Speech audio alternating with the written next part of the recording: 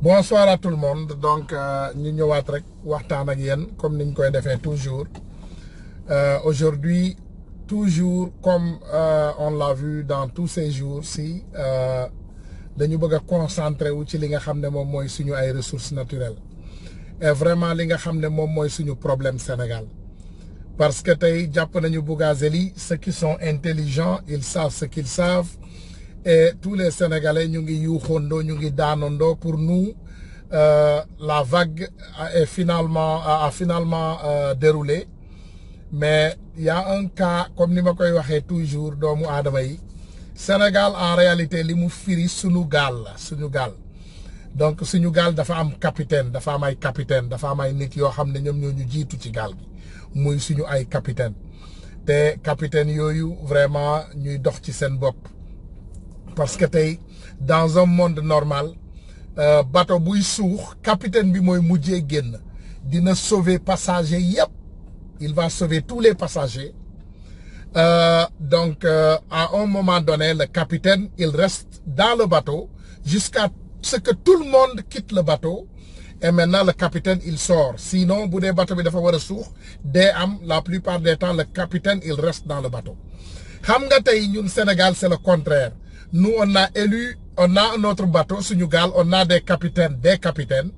mais quand la mort vient, les capitaines, ils se sauvent et ils laissent les pauvres dans le bateau pour se noyer. On n'a pas des hôpitaux pour nous soigner, on n'a pas des écoles pour étudier, on n'a pas des ressources naturelles pour nous servir, parce que toutes ces ressources naturelles sont partagées par quelques-uns. Manam tay, dégg nañu affaire Bougazelli. D'abord, avant tout, damay applaudir bravo aux gendarmes courageux parce que dans notre histoire, ce n'était pas évident. Ce n'était pas évident, vraiment, ñu am ay gendarmes yu brave, yu mel ni yoo xam ne tey dinañu jàpp kilifa maanaam nit ku diis ku mel ni Bougazelli ñu enquête ko topp ko indi mbir mi sur la table. Je veux que vous faisiez beaucoup attention à ce que je dis. Boo leen seetloo di bàyyi xel. ñi daan saagal Macky Sall bari nañ ci réseaux sociaux yi torop bu ñu génnaan ñuy génn di ñu saaga di génn di def ay manières mais si vous prêtez attention aujourd'hui cela est diminué parce que pourquoi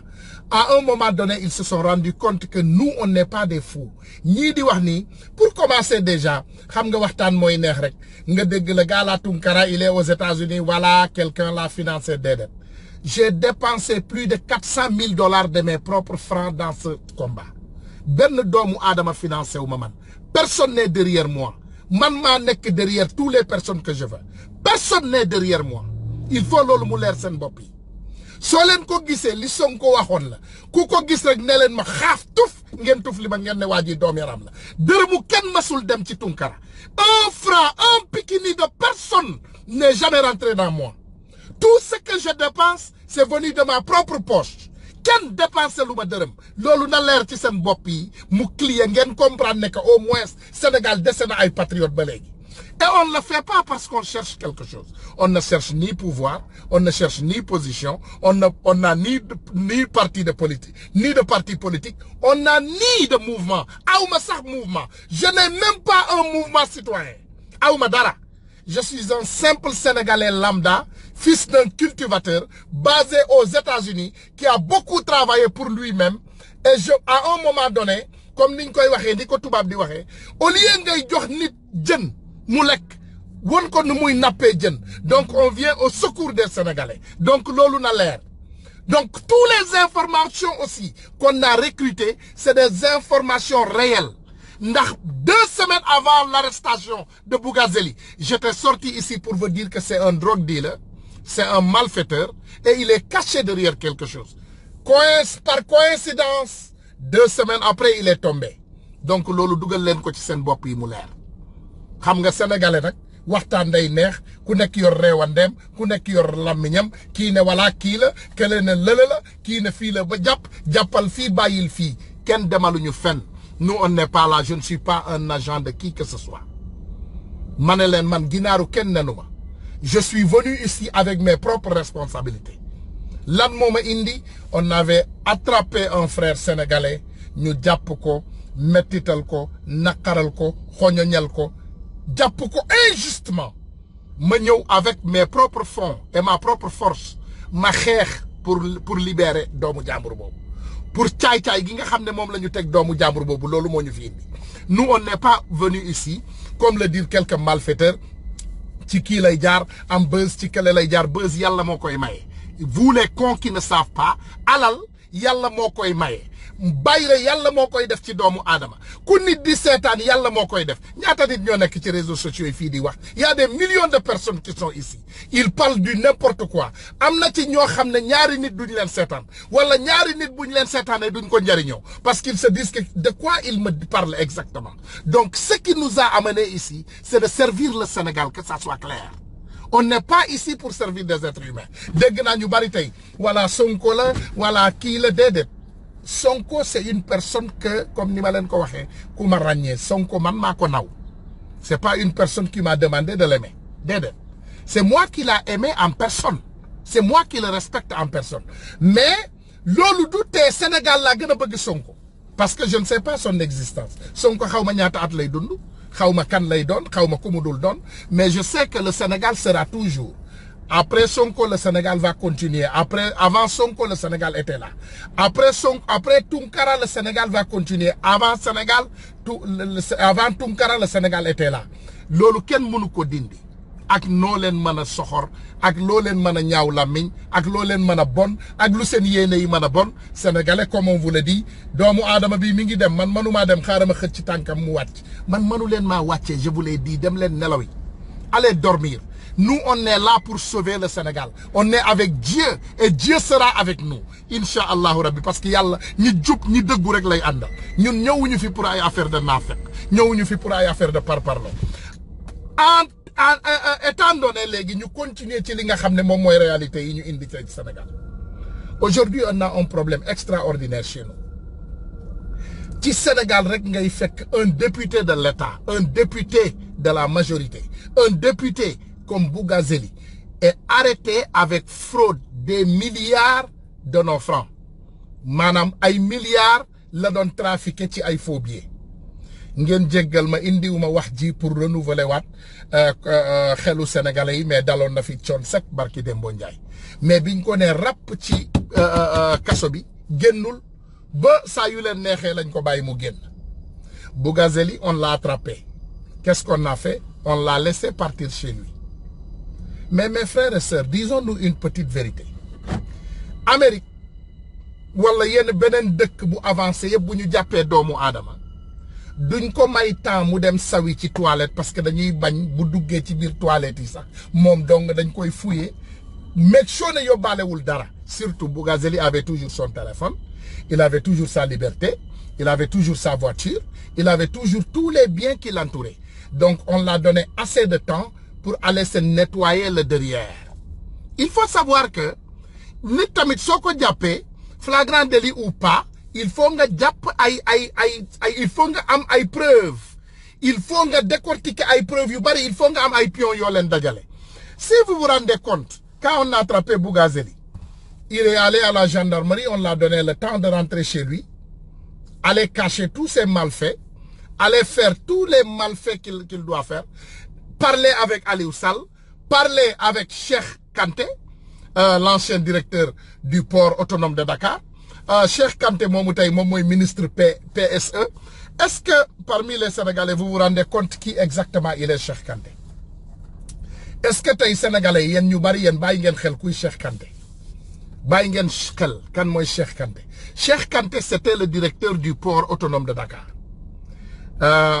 dañ ko jël dugal ko foofu ci port bi pour mu ñëw def lan pour mu ñëw sàmm intérêt sénégalais yi Cheikh Kanté dem defi fa lan mu dem di sàmm intérêt Cheikh Kanté dem port y a combien de sociétés au port autonome de Dakar la majorité partie des sociétés du port autonome de Dakar Cheikh Kanté est majoritaire on a il est maanaam moom mooy majeure partie moom li nga xam ne moom moo ëpp doole ci société boobu doomu sénégalais yëpp gis loolu ñëpp xam loolu on connaît tout ça loolu yëpp xam nañ ko gis nañu Cheikh Kanté tey mu jóge port ñu def ko lan ñu def ko ministre PSE xam nga keroog ñu ngi leen di wax ñu ngi leen di ne Bougazeli maanaam boo leen xoolee nee nañ leen 74 cellules la am foofu ci Guédiawaye il a 74 cellules Bougazeli il a 74 cellules à Guédiawaye mais vous connaissez combien de cellules il a Cheikh Kanté? Cheikh Kanté a 95 000 cellules à travers le Sénégal. 95 000 cellules. Écoutez-moi bien. 9, 5, 0, 0, 0. 95 000 cellules à travers le Sénégal. Xam nga nag cellule buñ koy wax ci yéen ñi xamul ñi xam nañ ne cellule mën naa nekk association mën naa nekk 15 personnes mën naa nekk 20 mën naa nekk 30 comme mën naa nekk 50 comme mën naa nekk 100.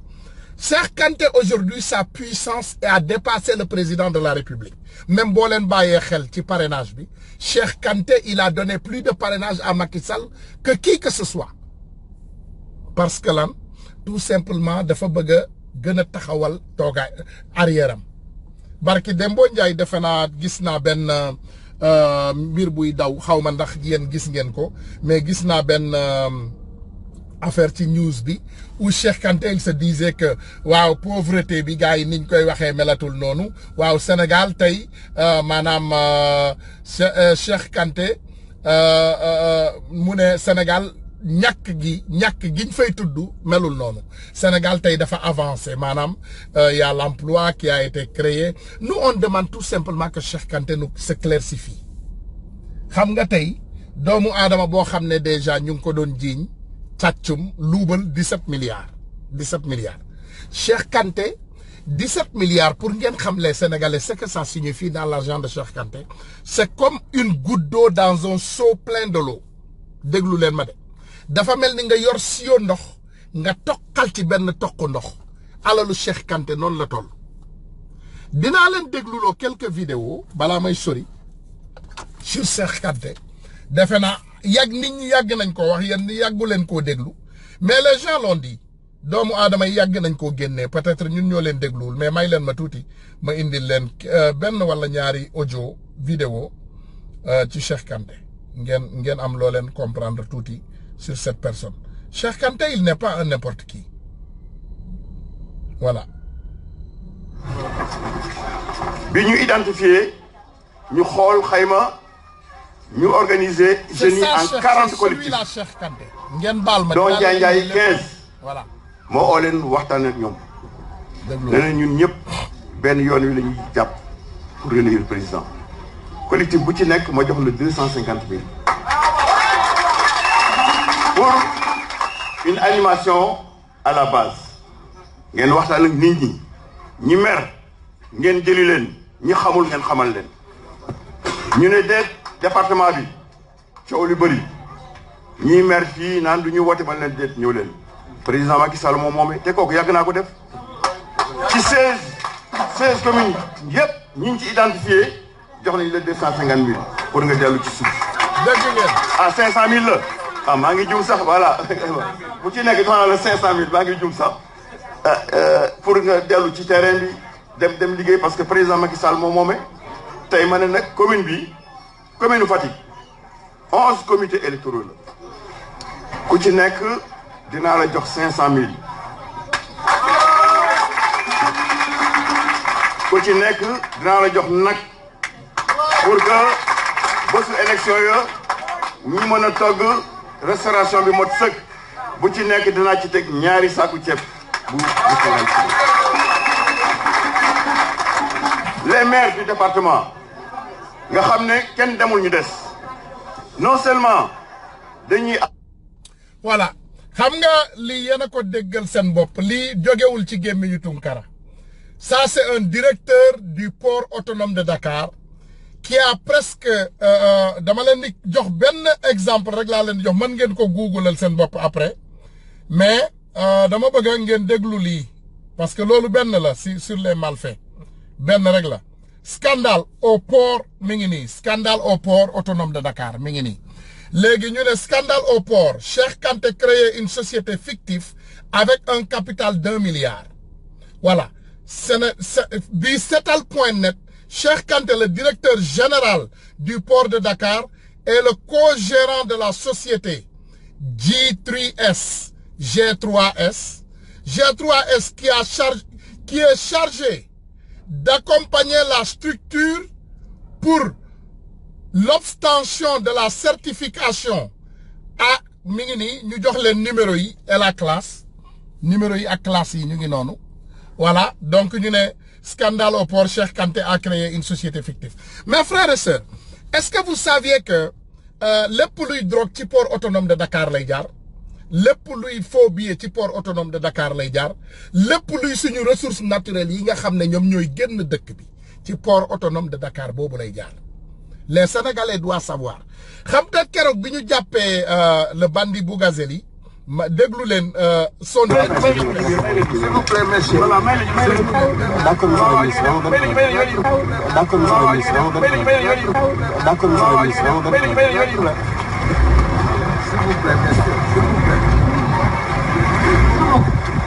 voilà ba ñëwaat ngeen dégluwaat li mu wax il disait d'accord monsieur le ministre amul benn problème déglu leen. S'il vous plaît monsieur. D'accord monsieur le ministre. D'accord monsieur le ministre. D'accord monsieur le ministre. S'il vous plaît monsieur. xam nga doomu aadama yi ñu bari ñu ngi ne mais attends Bougazeli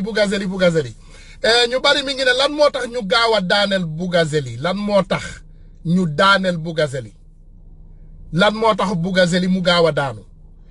Bougazeli dafa gaaw a daanu parce que dafa am ay kilifa yu ko wër yoo xam ne dañoo bokk ci mbir mi te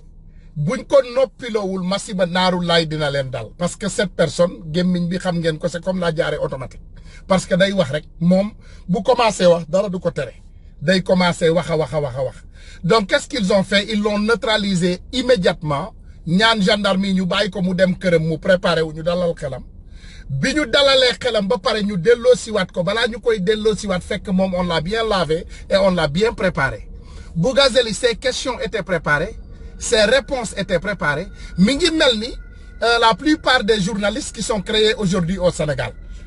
Par exemple tey ngeen xool ku mel ni Bougazeli ñu jàppale ci ay détournement de fonds maanaam tey ñu jàppale ci ay affaire faux billets gilaawali bi gën a mag xam ngeen ne li dal Bougazeli internationalement c'est le scandale le plus grand de l'histoire du Sénégal. Xam nga nañu wax Aliou Sall ak pétrole Aliou Sall ressources naturelles Sénégal la sàcc ànd ci ak BP ak ñeneen. Bougazeli Sénégal li ñuy wax ci affaire drogue il est à la tête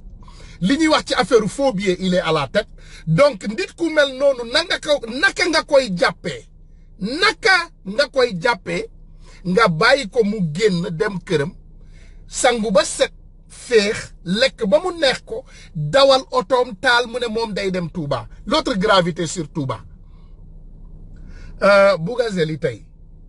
naka la doomu sénégalais yi waree mën a taxaw ñuy may nit ku jóg rek mu bëgg a takkal Touba ñu bàyyi ko mu jël otoom dawal ne day dem seeti sëriñ si te fekk vraiment en réalité li mu nekk di def mooy dafa bëgg a takkal sëriñ si parce que tey ñu dàqe la nga yor drogue ngay daw di daw amuloo foo lakkatu nga ñëw ne parax man ci sama biir oto donc automatiquement moi tu me rends complice loolu dañ koy bëgg a wax sëriñ si rek pour ngeen bàyyi ci xel parce que xam nañu ne ñun ñi ànd ak yar ak teggin xam nañu ne yéen doo leen def katu lu bon xam nañu loolu waxuñu ñëpp nag parce que am na ci ñoo xam ne ñu ndawaan ñoo xam ne ñooñu moom ci société boo dem am na ku ci baax ak ku ci bon am na ñu ci baaxul mais ñun xam nañ ne sëriñ si mag si ñi nekk ci bopp bi ñi nga xam ne ñooñu la ñuy bëgg di takkal ñun xam nañu ne takku leen donc da ngeen di gën a moytandiku rek ki leen koy wax nag seen benn nuñ koy waxee benn doomu baykat la rek bu jóge fële ci àll ba xëy na waxam amul sax njariñ ci yéen mais ngeen comprendre ne les magouilleurs du Sénégal ñun dañu jóg pour daaneel leen dinañ leen daaneel benn par benn bopp yi dinañ leen dagg toutes les têtes vont tomber incha allahu rabbi bopp yëpp dinañu daanu mais nag dañu bëgg ngeen ànd ci ak population sénégalaise bi ba bis boo leen déggatee nit kuy def ñaawteef di jubal Touba wala di jubal ci sëriñ si ngeen débarrassé wu de parce que balaa nit di yegg si sax ci yéen xool leen lan la bàyyi ginnaaw ba pare parce que tey nga xool nit ku mel ni Bougazeli gendarmerie ñu ngi koy xaar pour mu ñëw setal pour ñu enquête ko pour ñu l'enquête ko laaj ko am ay laaj yu firndeel yuñ ko teg Bougazeli jóg di daw di wutali ay sëriñ pour lan pour takkal suñu sëriñ si ëllëg ak si biir je vais vous dire une chose lii peut-être ce n'est pas le débat mais pour xool rek respect bi nga xam ne moom la Bougazelli am ci suñu sëriñ si ma tegal leen lii sëriñ yi ngeen déglul ko seen bopp xam nga lii boo leen ko dégloo du ñàkk dina am loo xam ne dina ko yokk ci xam-xam bi comme ça di ngeen comprendre ne Tunkara mii di wax de waxul pour boole leen ak Bougazelli mais Bougazelli gëmu leen Bougazelli gëmul sëriñ si gëmul Touba ngeen baal ma ngir yàlla ak yonente bi maa ngi teg benn vidéo nii ngeen baal ma ñu dégloondoo ko ñun ñëpp rek ñu déglu Bougazelli wax kat yee sàmmkat nappkat jaaykat jàngalekat rabakat rëbbkat yee yéen béykat yee feccakat fajkat waykat yee mën a am yaakaar jàmmi réew mi. déglu leen ma merci baal leen ma. jërë ngeen jëf ci seetaan beeg déglu bi ci programme yu rajo télévision bu Walfadjri mbokki xarit yi seetaan dalee nag jàmm ci seen émission Sélé Bayone tey jii nag ci alxamis ji ci Sélé Bayone ñu fiy dalal ñaari gan ku ci nekk am loo ñu war a nag ci actualité bi ka ca jiitu di Serigne Djily Gànnaar Mbacke bokk ci collectif des jeunes Mbacke maa ngi lay nuyu. maa ngi lay fay. déglu leen Bougazelli ni muy traité Serigne yi pour yu leen di traité. di féliciter tamit ki nga xam ne moom laa bokkal ki ataay bi. di honorable député Seydina Fall. waaw xoolal waa ji ni mu ko respecté ko sax annoncé mu di ki nga war a jàkkaarloo ci débat bi di honorable député Seydina Fall bokk ci groupe parlementaire Benno Bokk Yaakaar APR waaye itam di responsable APR fële ca Guédiawaye maa ngi lay nuyu. soxna Ndeye Fatou maa ngi lay fay di la siyaare di nuyu sëñ Djily Gànnaar Mbacke te it di ko siyaare di ko dalal jàmm di leen wax ne bisimilah. bisimilah ñu doon nag ci waxtaan wi dooree ko nag ak sëñ Djily Mbacke rawatina jëmee ko ci actualité bi xew-xew yi fii mujj ngeen bokk ci collectif des jeunes Mbacke am nag lu ngeen jibal dëgmal ko mais da ngeen di def benn ndaje le 29 waaye laata ñu say yëg gis nañu ne sëñ Assane Mbacke mi nga xam ne moom ngeen jiital ci collectif bi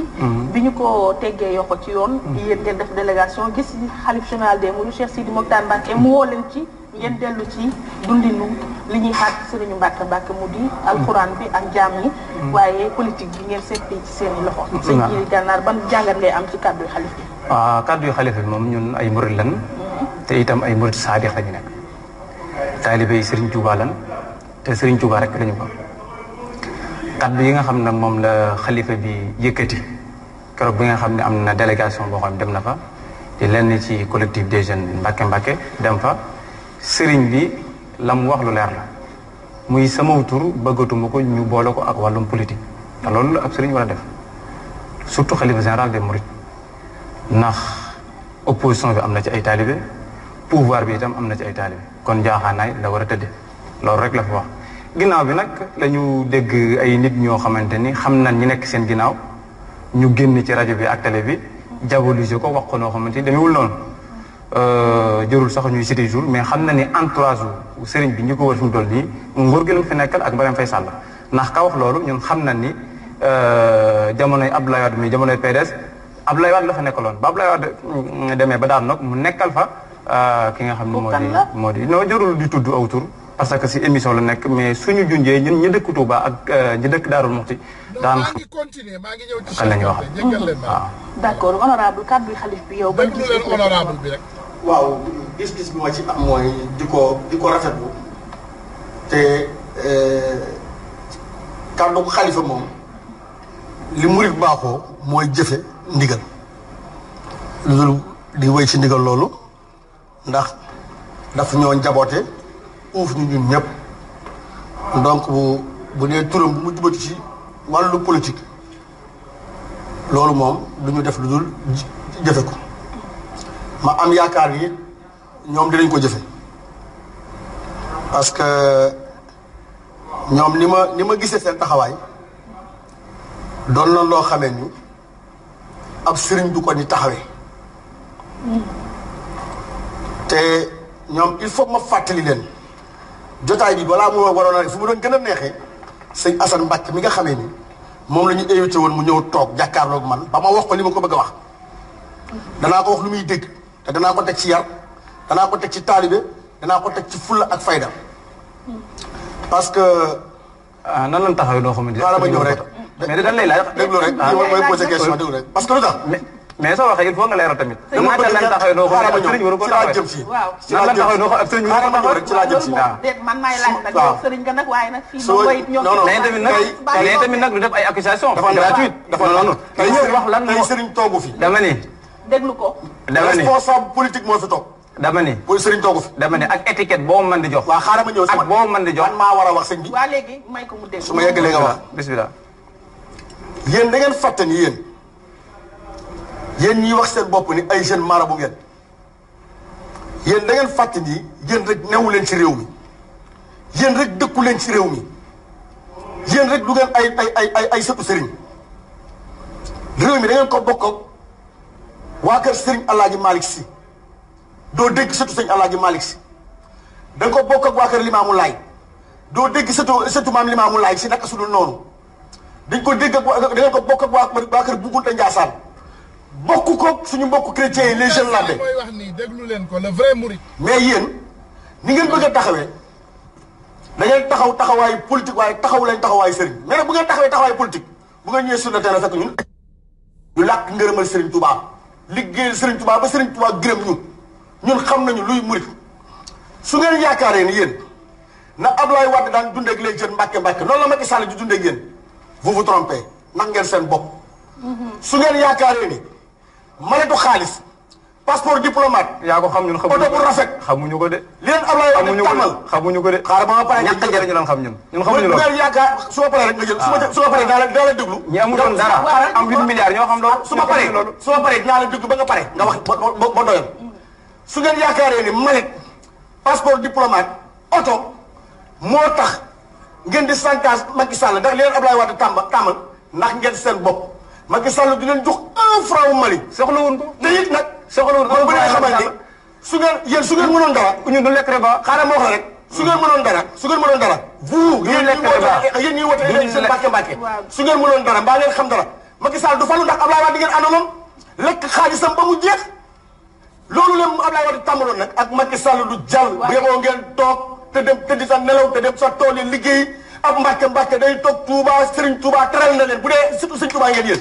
li ngeen di wax dëgg la ci yéen Serigne Touba teral na ay sëtam ba nga xamee ni dañuy toog Touba gële ñun dañuy liggéey par force yóbbu leen atte et puis yéen rek xaaral ma yeexal fa laay jeexale yéen a dugal fi ay sët waa kër Serigne Saliou yi xam nga ñoom lii mooy waa kër Serigne Saliou dégg nga leen waa kër Serigne Abdoulaye dégg nga leen waa kër Serigne Fallou yi déggu leen déggoo ci kenn mais ay xale yu ndaw di mbubboo ay jeunes Maroc gëmuñu leen xam nga waa nag bu leen ñu sol xam nga moom li mu wax nii par rapport ak voilà donc defe naa lii ñun ñoo ko déggandoo comme ni ma leen koy waxee Seydina Bougazeli moo doon traité doomu sëñ Touba yi maanaam Mbàkke de tous les noms loolu defe naa gis nañ ko fi barki Dembo Ndiaye suñu frère bi mu génnee fii laaj question bu valable sëñ Bass Abdoul Khadir am quelque saay-saay yu dem këram attaqué ko di génnee ay jaasi dafay yëfu dof ba ñu jàppalu ko ne dafa saaga sëriñ te saagawul kenn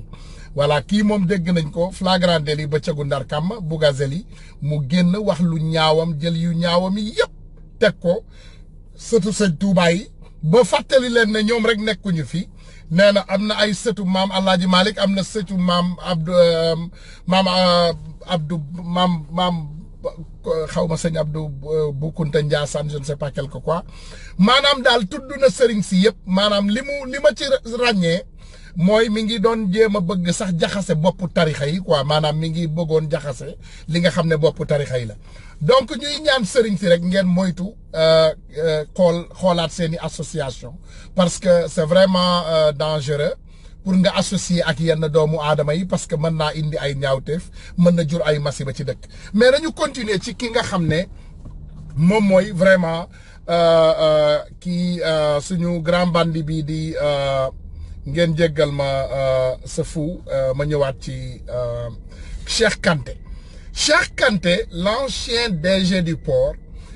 est actuellement le criminel le plus grand du Sénégal xam nga comme ni ma leen ko waxee dañu dem ñu bëgg a dugg ci ay détails yoo xam ne ñoom ñoo ñu ëpp doole on est dans des petites choses dañu ñëw bëgg a dugg ci affaires yi nga xam ne ñoom ñoo gën a ndaw un Seydina Bougazeli voilà un Seydina Bougazeli et un Seydina Bougazeli mais en réalité kan moo nekk ci kaw Bougazelli c'est ce qu'on veut savoir parce que xam nga criminel groupe criminel mafia buy daanu mafia bi dafa am ñoo xam ne ñoom ñoo ko sosandoo donc mafia bi c'est pas une seule personne doo leen ma ne faux billets yi ak problème mu faux billets yi yëpp c'est Bougazelli et quelques petites personnes déedéet Sénégal dafa am port autonome Sénégal dafa am ay ressources naturelles Sénégal dafa am li nga xam ne aussi moom mooy drogue bu bari bu fay dugg déglu leen ma de drogue bu bare mooy dugg Sénégal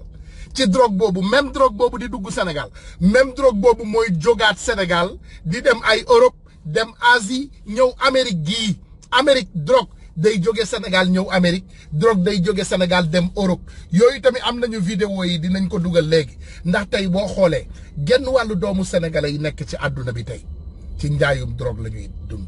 c'est ce qui est grave tey boo demee Europe doomu sénégalais yi les moodu drogue dii la dinaa leen ko dugalal léegi maa ngi ak moom j'ai les vidéos dinaa leen dugal moodu yi nga xam ne drogue deal rek la ñuy def du ma ci indi seeni kanam nag parce que bëgguñ cee tuutal kenn bëgguñ cee ŋàññi kenn bëgguñ cee tudd turu kenn mais le problème est que le Sénégal on a un grand problème de base dañu am benn problème bu mag boo xam ne ci suñu kilifa yi la njëkkee ma ñëwaat encore ci affaire Cheikh Kanté ngeen jéggal ma déglu loo leen benn vidéo Cheikh Kanté bu doomu aadama bu xam li muy wax di wax ci Cheikh Kanté ngeen bàyyi ko xel ñu dégloondoo ko voilà mi ngi nii baal leen ma ak ma tegal leen audio bi vidéo bi ngeen déglu ko. demee tey fi Seyra automobile nekkoon Seyra groupe Talbot ñoo ko moom mais Cheikh Kanté def na de telle sorte que li may wax nii j'ai preuve te wax naa ko ñaareel yoon doo dégg ko wax ci Sénégal parce que nit ñi dañuy yaakaar da ngay diffamer gis nga loo am preuve diffamer wuñu c'est-à-dire fii Necotrans nekkoon fii Seyra automobile nekkoon Cheikh Kanté da ko jëndee da koy def siège port xam nga nu mu ko jëndee 17 milliards 863 millions 092 moom la ko jëndee te Necotrans bi ko moomoon bi mu ko expertiser ne day lebi CBAO c'est-à-dire l'expert Mbacke moo ko defal kii l'expert excuse-moi sooy Mbacke moo mujj defar bu mu jël mais expert Sadi moo defar bi nga xam ne matul 3 milliards seen borom bi ñu ko expertiser matul 3 milliards par la position de Cheikh Kanté mu jënd que 17 milliards 863 millions 092 c'est pour donner de l'argent à Necotrans donc gis nga deal yooyu ñuy deal au détriment des Sénégalais wallahi buñ demee àddina fii duñ leen bàyyi mais buñ demee yomal xam dañ koy rayoo ñaata père de famille lañ faire perdre de l'emploi ñaata triste entreprise sénégalais bi ci gën a néew lu muy employé c'est des centaines de personnes. Mais finalement Cheikh Kanté s'en tire à... Donc pour rectifier aussi encore que l'ancien DG et le nouveau DG il y a une très grande différence parce que bi ñuy am jàmmaarloo suñu jàmmaarloo yëpp dañ ko doon def ak l'ancien DG et bi changement amee moom it mu changé. changement bi li ko waral mooy bi muy def sax déjà bërki démb invitation daf ñu invité loolu cër la wane na démarche am te ku ne gis na it nag ne moom pourquoi mu réussir li mu réussir xëy na ki mu remplacé na mu doon doxalee ak ni muy doxee dafa am différence l'ancien DG bi mu fi nekkee booy romb buntu port c'est-à-dire moom boo dee génnee dañuy baari mbedd mi. bu waree génn. kan Cheikh Kanté. Cheikh Kanté boo daan génn. c'est-à-dire il est entouré par des gorilles. dañuy baare mbedd mi. bon. kii la c'était une république quoi. ah non c'était lui beneen affaire la woon. beneen affaire la woon li mu yàq kenn mënu koo wax. les dégâts que Cheikh Kanté a fait au port kenn mënu ko expliquer mais nag bon peut-être xëy na comme jàll na ba dem jaan dem ngay dóor ci wàcc bi loolu pratiquement la donc peut-être xëy na duñ jëlal temps mais déjà bu ma saan di génn dañuy baare mbedd bi pour mu génn il est entouré par des gorilles toujours am na oto bu nekk ci kanam comme si mooy loolu la cortège présidentiel mais c'est-à-dire une grande artère bu mel ni port autonome buntu port nga baare mbedd bi wax dëgg il faut être Cheikh Kanté pour le faire donc loolu jàll kii nag bi mu yëgsee licence am ba tax mu réussir li mu réussir yëpp mooy dafa ñëw déjà bu mu yëgsee moom moo dawalal boppam dugg ci biir port baare saa daana ko def mais bii moom dafa ñëw tu vois la différence ki xam ne buy génn dañuy baare mbedd mi arrêté par des gorilles moom mu ñëw taal oto boppam dugg ci biir port bi commencé di seet les acteurs portiers kenn ku ne mu laaj la sa xalaat parce que dafa bëgg réussir kenn ku ne mu laaj la sa xalaat boole ko ak yar ak teggin ak di communiquer ak di déglu nit ñi et ça c'est important parce que nit ñi kenn moomul kenn nit ki boo ko joxee cër rek mu delloo la ko te bu ñu delloon ay cër rek lépp baax. mais lan la changé ci seen condition de vie d'existence de travail au port parce que ce qui est fait était déjà fait li ñu doon terminal yi ñu doon yëkkati jox ko ay sociétés étrangères def nañ ko ba pare et dégâts ya mu leen indil tamit indil na leen ko ba pare. mais diggante bi li fi changé mooy yaakaar xam nga lan moo indi yaakaar bi mooy au moins mu ngi déglu boo ko bindee mu tontu boo ko wooyee mu jël boo ko seetee mu recevoir la déglu la te bu la dégloo il prend note. te fu mu si toll dana la woo naan lan ah telle chose lan nga xalaat et ça c'est important gis nga loolu dafa am solo ay nit bu ñu dee communiquer rek. non amul woon avant xam nga li fi amoon c'est injuste c'est que port dafa xaw a jafe expliquer xam nga concession xam nga mooy lan maanaam dañ jël 9000 mètres carrés dagg ko jox ko Necotrans 9000 mètres carrés lañ jël dagg jox Necotrans sans appel d'offre parce que Necotrans ponderie boobu nga xam ne. moom la ñuy wàcc Necotrans musu ko liggéey fenn ci àdduna 1 kilo de ponderie musu ko def ci àdduna musul am transitaire lañu ils sont spécialisés à ça bi ñu ne dañuy lancer appel d'offre ñu gis ne critère boobu du ko mën a remplir ñu day jël concession domaniale bi nga xam ne port am na droit def ko port dafa am droit boo amee activité si biir port bi mu daggal la fi nga koy defee kële amu fi activité benn ñun ñoo fi am activité ñaar mu daggal ko fi nga koy defee xam nga kuñ jox concession boo xam ne fi ñu koy defee la te naan joxuma ko activité jàmbur mais yaa ko séddee 3 millions de tonnes la boole ak affaire bi jox Necotrans mënul dem xam nga la mu jaay ko ce qui est injuste parce que concession kenn mënu ko jaay kenn waru ko jaay boo mënul dem dañu war a lancer appel d'offre jox ko ñeneen. redistribuer waaw mais dañ ko war a redistribuer loolu amul. loolu nag teg nañ ko ci taabalu directeur général du port xam na ko ñu ngi ciy discuter moom. mais lan la leen promettre. mais non est-ce que dafay remettre tout à plat. non mënu ko remettre à plat mais dafa am lu des maanaam kooku gannaaw bi ñu ko joxee 9000 mètres carrés yi ba mu dem léegi ñun sénégalais yi mu impacté muy 13 sociétés yàlla buy defar day mel ni ko yàq poste 52 boo duggee port poste 52 bokkul ci concession bi mais moom day jóge fële di liggéey fële di liggéey fii sénégalais yi toog loolu dem nañ tekk ci table directeur général du port xamal nañ ko nekk da nga fi fekkal yi mais li nga ci mën a réparer mooy waa ji na yem ci lañ ko jox li nga xam ne am na ci këyit li mu amul këyit nag ñu bàyyi sénégalais yi ñu opérer ci parce que tey ñun am nañ droit jël suñu client indi ko fa opérer mais léegi moom day jël suñu client di ko opérer foofu loolu baax na ñu dénoncer parce que jàpp naa ne président de la république yëgul li may wax laa wax lu bees lii bokkul ci concession bi sénégalais yi war nañoo liggéey nañ ñu jox opportunité pour que poste 52 boobu ñu bàyyi ñu fa ñun ñu indi fa. mais yan engagement la ci directeur bu bees bi jël. non c'est que bi mu ma recevoir léegi matagul 10 jours waxtaan nañ ci xam nga nag waxtaanu biir ne du ma ko weer mais am naa yaakaar ci ne incha allah jël na bonne note te yaakaar nañ ne dina ko def bu ko deful nag bu ko deful te ñu wax ko ba pare loolu c'est-à-dire ñun xam nga. sur les cas des gens qui sont proches du pouvoir. Moi, je suis venu avec un dossier de ce que je demande, ce que je demande, moi, je demande à être convoqué par le procureur de la République lundi prochain pour venir lui remettre, parce que lui, il est là pour les Sénégalais. Il est là pour la société. En principe, c'est l'avocat de la société. C'est l'avocat de la société. J'ai des documents qui prouvent des malversations au niveau du port de Dakar, qui impliquent l'ancien directeur général, qui m'a porté plainte. Et depuis lors, ça fait maintenant 4 mois, le procès est renvoyé 6 fois. Je demande à être convoqué par le procureur de la République pour que je puisse mettre à sa disposition ces documents. Actuellement, le port autonome de Dakar est en cessation de paiement. Le port a une dette de 56 milliards et le capital du port, c'est 52 milliards. Actuellement, la dette du port, si je vous suis bien, dépasse le capital de l'entreprise. Actuellement, le port est à 7 milliards de découvertes. Il n'arrive pas à payer les salaires. Et lors du dernier secrétariat national de l'APR, le président Macky Sall l'a dit ouvertement à Cheikh Kanté. On ne peut pas comprendre que Khalifa Sall soit arrêté au nom de la transparence et de la réduction des comptes et que parce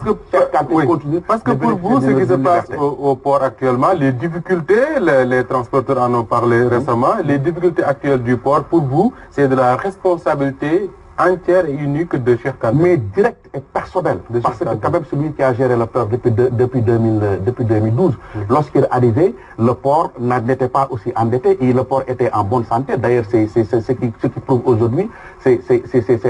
vers les années 2010 et 2005-2006 que Dubai Port Road est arrivé. Aujourd'hui, le port est en train de négocier avec Dubai Port Road pour lancer un programme au niveau de Ndayan, je pense. Aujourd'hui, les problèmes du port sont de la responsabilité personnelle et individuelle du directeur général du port. Je vous lis quelques aspects du rapport des commissaires aux comptes de 2015. Pour ce qui concerne les insertions et annonces, Cheikh Kanté a dépensé 400 millions. Il faut bien écouter. Dans les quotidiens de la voilà. Pour les documents qu'on imprime en 2015, Cheikh Kanté a dépensé 30 millions. Pour les manifestations promotionnelles, les manifestations, les fêtes, les corridors. Mais tant que Cheikh Kanté n'est pas arrêté, personne ne peut être arrêté au Sénégal. Cheikh Kanté a dépensé 238 millions. Pour les cadeaux au personnel, Cheikh Kanté a dépensé 27 millions de l'année 2015. Pour faire des cadeaux à son personnel. Oui. Pour les personnes physiques, Cheikh Kanté a dépensé 131 millions. Et le commissaire et compte a dit, il existe un amalgame entre dons et sponsoring préjudiciable à la clarté de l'information financière. C'est-à-dire qu'il a fait des confusions. Et je ne te parle pas de tout ce qu'il a distribué comme manne financière au niveau... À peu près, Boudban, avant d'avancer sur une autre question, à peu près, le préjudice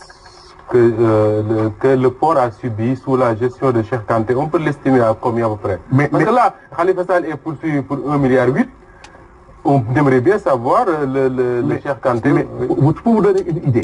il a amené une entreprise française qui s'appelle G3S, qui fait des services qui étaient réalisés par le port, par le personnel du port. Il a externalisé ces services qu'il a donnés à une entreprise française qui s'appelle G3S sans appel d'offres. Comme ça. Et l'entreprise a gagné, en 2015 uniquement, l'entreprise a gagné 2 milliards 742 millions. Et c'est toujours selon le rapport de la Cour des commissaires au compte du port. Il dit charges liées honoraires annuelles G3S 4 milliards 592 millions en 2015. C'est-à-dire qu'actuellement, si on met tout avec la dette de 56 milliards, c'est plus de 100 milliards que Cheikh Kanté a fait perdre au port de Dakar. Aujourd'hui, il y a un rapport. Je demande au président de la République de déclassifier le rapport du port de Dakar parce que le nouveau directeur a choisi 2 cabinets qui ont effectué un rapport. Il faut que ce rapport soit déclassifié et que le procureur soit informé. Waaw, xam nga demoon nañ fi tribunal donc nous doon demander 200 millions de dommages. Bon, ñu dem première instance, mu gagné première instance bi, le procureur, le juge ne ma fay Cheikh Kanté au lieu de 200 millions ma jox ko 2 millions de dommages, ma interjeté appel. Donc ñooy xaar tribunal woote waat pour ñu dem def jugement en appel. 200 millions ba ñaata millions exactement 2. waaw ba 2 millions en fait xam nga man boo gisee révélation yi Dakar Time def ci gestion Cheikh Kanté port tey jii juge bi du ma ko accuser dara bien que dégg naa fi ay nit wax ni dafa jege APR xaw ma ci lu ma leer mais ñu bëri ñu ngi ko doon wax surtout ci procès Khalifa Sall bi. moom Maguette Diop moom lañ njëkkoon a choisir pour mu def procès Khalifa Sall après ñu changé ko daal di choisir Louis Lamotte. Bon, ñu ngi koy wax ni dafa jege mag pour pouvoir bi je sais pas ndax dëgg wala déet mais de toute façon man élément yi ma indi comme élément de preuve moom mu ni 3 mois de sursis ak 2 millions d'amende au lieu de 200 millions je me suis dit que il a voulu couper la poire en 2 parce que man su ma gagné procès sama ak Khalifa Sall ak procès bi sama procès ak Cheikh Kanté cela veut dire que li may wax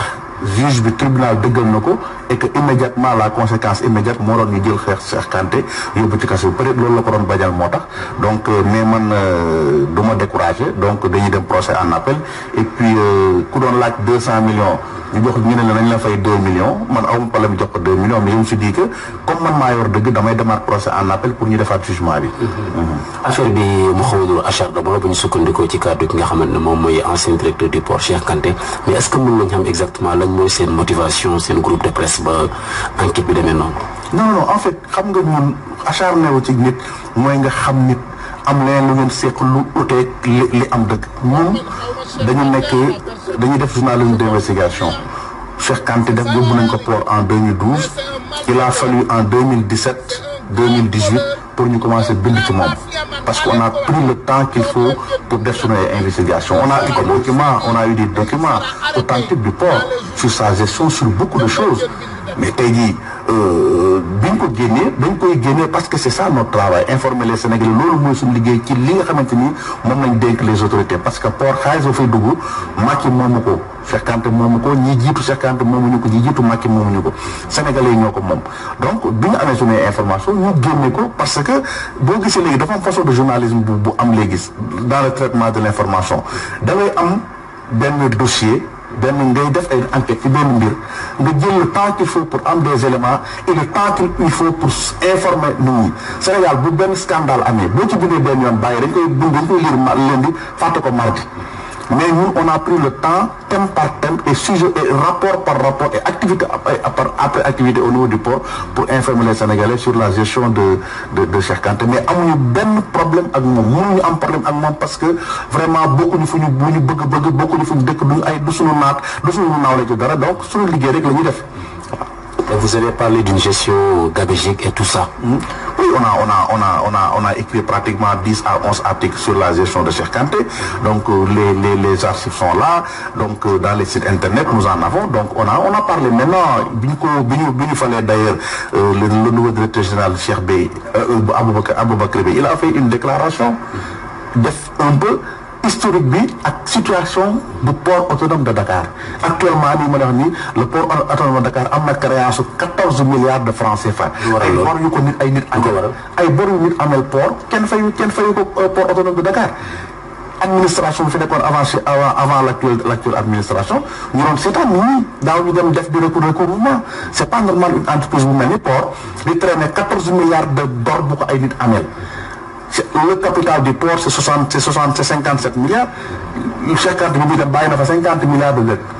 te comprendre nga donc yooyu bu ñu koy wax nekkul dañ ko wax parce que dañu compte Cheikh Kanté xam ñu ko compte. mais lan moo leen motiver au juste parce que gis nañ ne tamit suñu réew mi xaw na bëri comme li ñuy duppee corruption yu lu mel. mënoon ngeen dem ci yeneen secteur ci beneen domaine beneen direction ainsi de suite mais foofu ngeen dem exactement est-ce que mën nañ xam lan mooy seen motivation. non man là j'ai l'impression que peut-être tu suis pas le journal Dakar Time. Pas plus tard qu'aujourd'hui génne nañu benn enquête sur la gestion du foncier à Diamniadio comment le foncier est géré et comment des hommes d'affaires lañ jël di leen jox tey jii le cas de Diop Sy on l'a souligné avec 20 hectares yi ñu ko jox foofu les fonctionnaires des ministères des finances les fonctionnaires du ministère des impôts et domaines les fonctionnaires de la banque CBAO ak yeneen donc ñun amuñu ciblé d'ailleurs en octobre 2017 lañ commencé bind Cheikh Kanté on a créé notre journal le 29 mai 2017 donc pratiquement 10 mois après ou 9 mois après lañ commencé di bind ci Cheikh Kanté du suñu préoccupation. waaw tout à fait enquête bi ngeen ci def ça vous a valu combien de temps ñaata weer ngeen jël ko justement. en 2013 man laa dal ci benn document boo nga xamante ni benn entreprise bu ñuy wax G3S ñoom la Cheikh Kanté bindal benn contrat jox leen marché au niveau du port amul appel d'offre. gré à gré. Quand on a eu le document ñu jéem a def enquête waxtaan ak ay nit mais le système était verrouillé ba nga xamante ni mënuñu woon am accès ci yenn documents yi par la suite nag ci lañ am des factures payées à l'entreprise ci lañ am les actes notariés création entreprise bi ci lañ am yeneen information par rapport à l'entreprise donc de 2013 à 2017 on est resté 4 ans bu ñu ci di gëstu di waxtaan ay nit di recouper ay information soo ko publier. procès bi yéen a ngi xaar ñu wóyal ko laata verdict bi di tombé est-ce que ngeen ci am yaakaar bu baax. mais bien sûr c'est-à-dire que xam nga damay joxe exemple Latif Coulibaly dafa nekkoon journaliste Gazette bind benn article ci Thierno Ousmane Sy ci licence Soudatel bi Thierno Ousmane Sy nekkoon conseiller Ablaye Wade chargé des intiques Macky Latif Coulibaly nekk journaliste mu bind ci kooku dafa jot ay pots de vin ay commission ci licence Soudatel bi Thierno Ousmane Sy porte plainte Latif Coulibaly Ablaye nekk au pouvoir Thierno Ousmane Sy gagné procès bi contre Latif Coulibaly journaliste directeur de publication La Gazette Ablaye daanu sur le même dossier ñu jël Thierno Ousmane Sy def ko ci kaso bi jox dëgg Latif Coulibaly des fois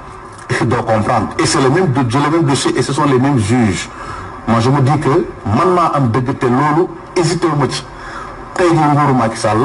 ëllëg bu Macky Sall daanoo dossier boobu danañ ko teg ci table jugé waat ko bon donc man mu gagné sul Macky Sall du ma def dara dama naan décision politique la ëllëg bu gagné ëllëg bu fi Macky jógee ba nga xamante ni juge yu am indépendance dinañ ñëw taxaw jëre dossier bi. xam nga mes frères et sœurs barki Dembo Ndiaye bi ma fi ñëwee defe naa kaddu gi dafa gàttoon parce que li ma fi wax rek mooy l'heure est grave il est grand temps que ñu jël suñu ay responsabilités que sénégalais yi qu'on fait face à Macky Sall. Que bu ñu mayati sax Macky Sall mu defaat benn jour ci palais bi waxatuma la ak ay semaine waxatuma la ak ay weer waxatuma la ak di yeggali mandat loolu nag boo ko gisee yu mel nii moo waraloon donc fan yii dama bëgg ngeen concentré wu ngeen déglu ma bu baax bu fekkee dañuy bëgg a waxtaan te dañuy bëgg a ànd man Cheikh Kanté laa bëgg moom mooy cible numéro 1 fan yi xam nga Aliou Sall kenn mënu koo fàtte ndax 6000 milliards dafa jaggi dayoo 6000 milliards. dafa dépassé li nga xam ne mooy limitu alalu Sénégal dafa dépassé limite donc loolu dinañ ci ñëw toujours à tout moment on sera sur ces 6000 milliards d'ailleurs demain aar li ñu bokk am nañu aussi defe naa changé nañu de coordination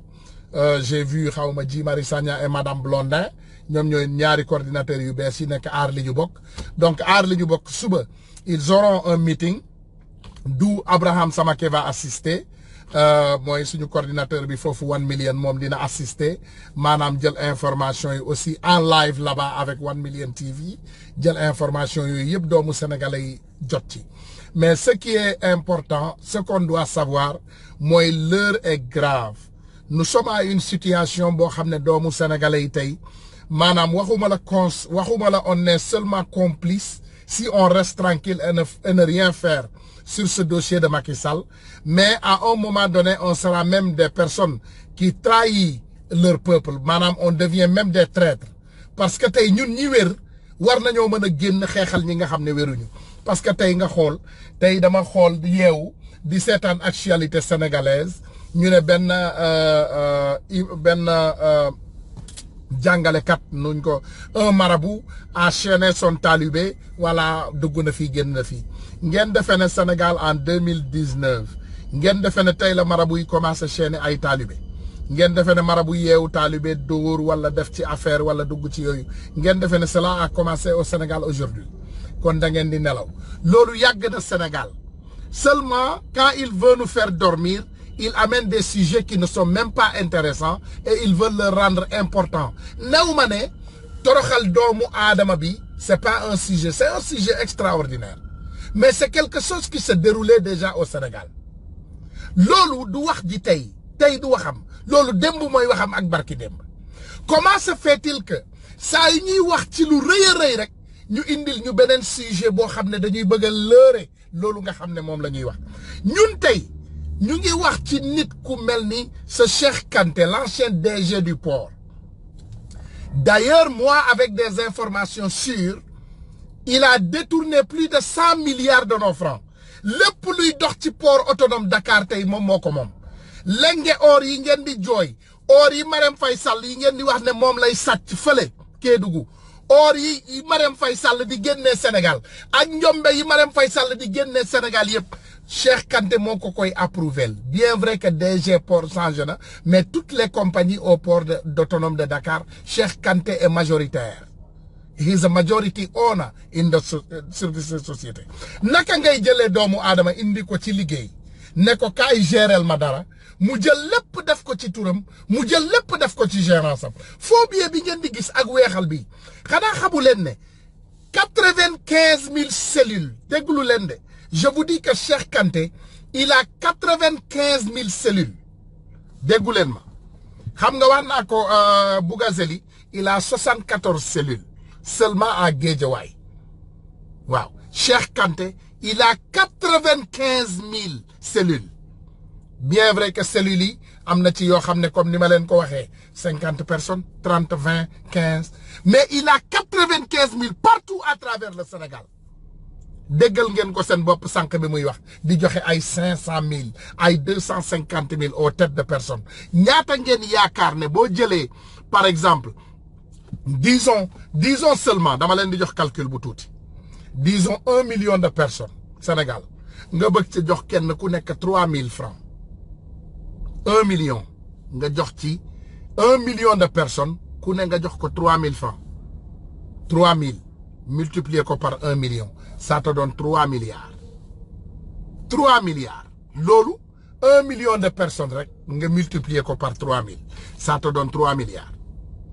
ngeen yaakaar ne Cheikh Kanté day joxe 3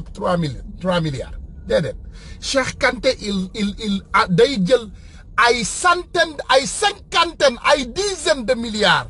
di ko injecté ci fi nga xam ne moom mooy njaam mi ci Sénégal la plupart des temps ndeysaan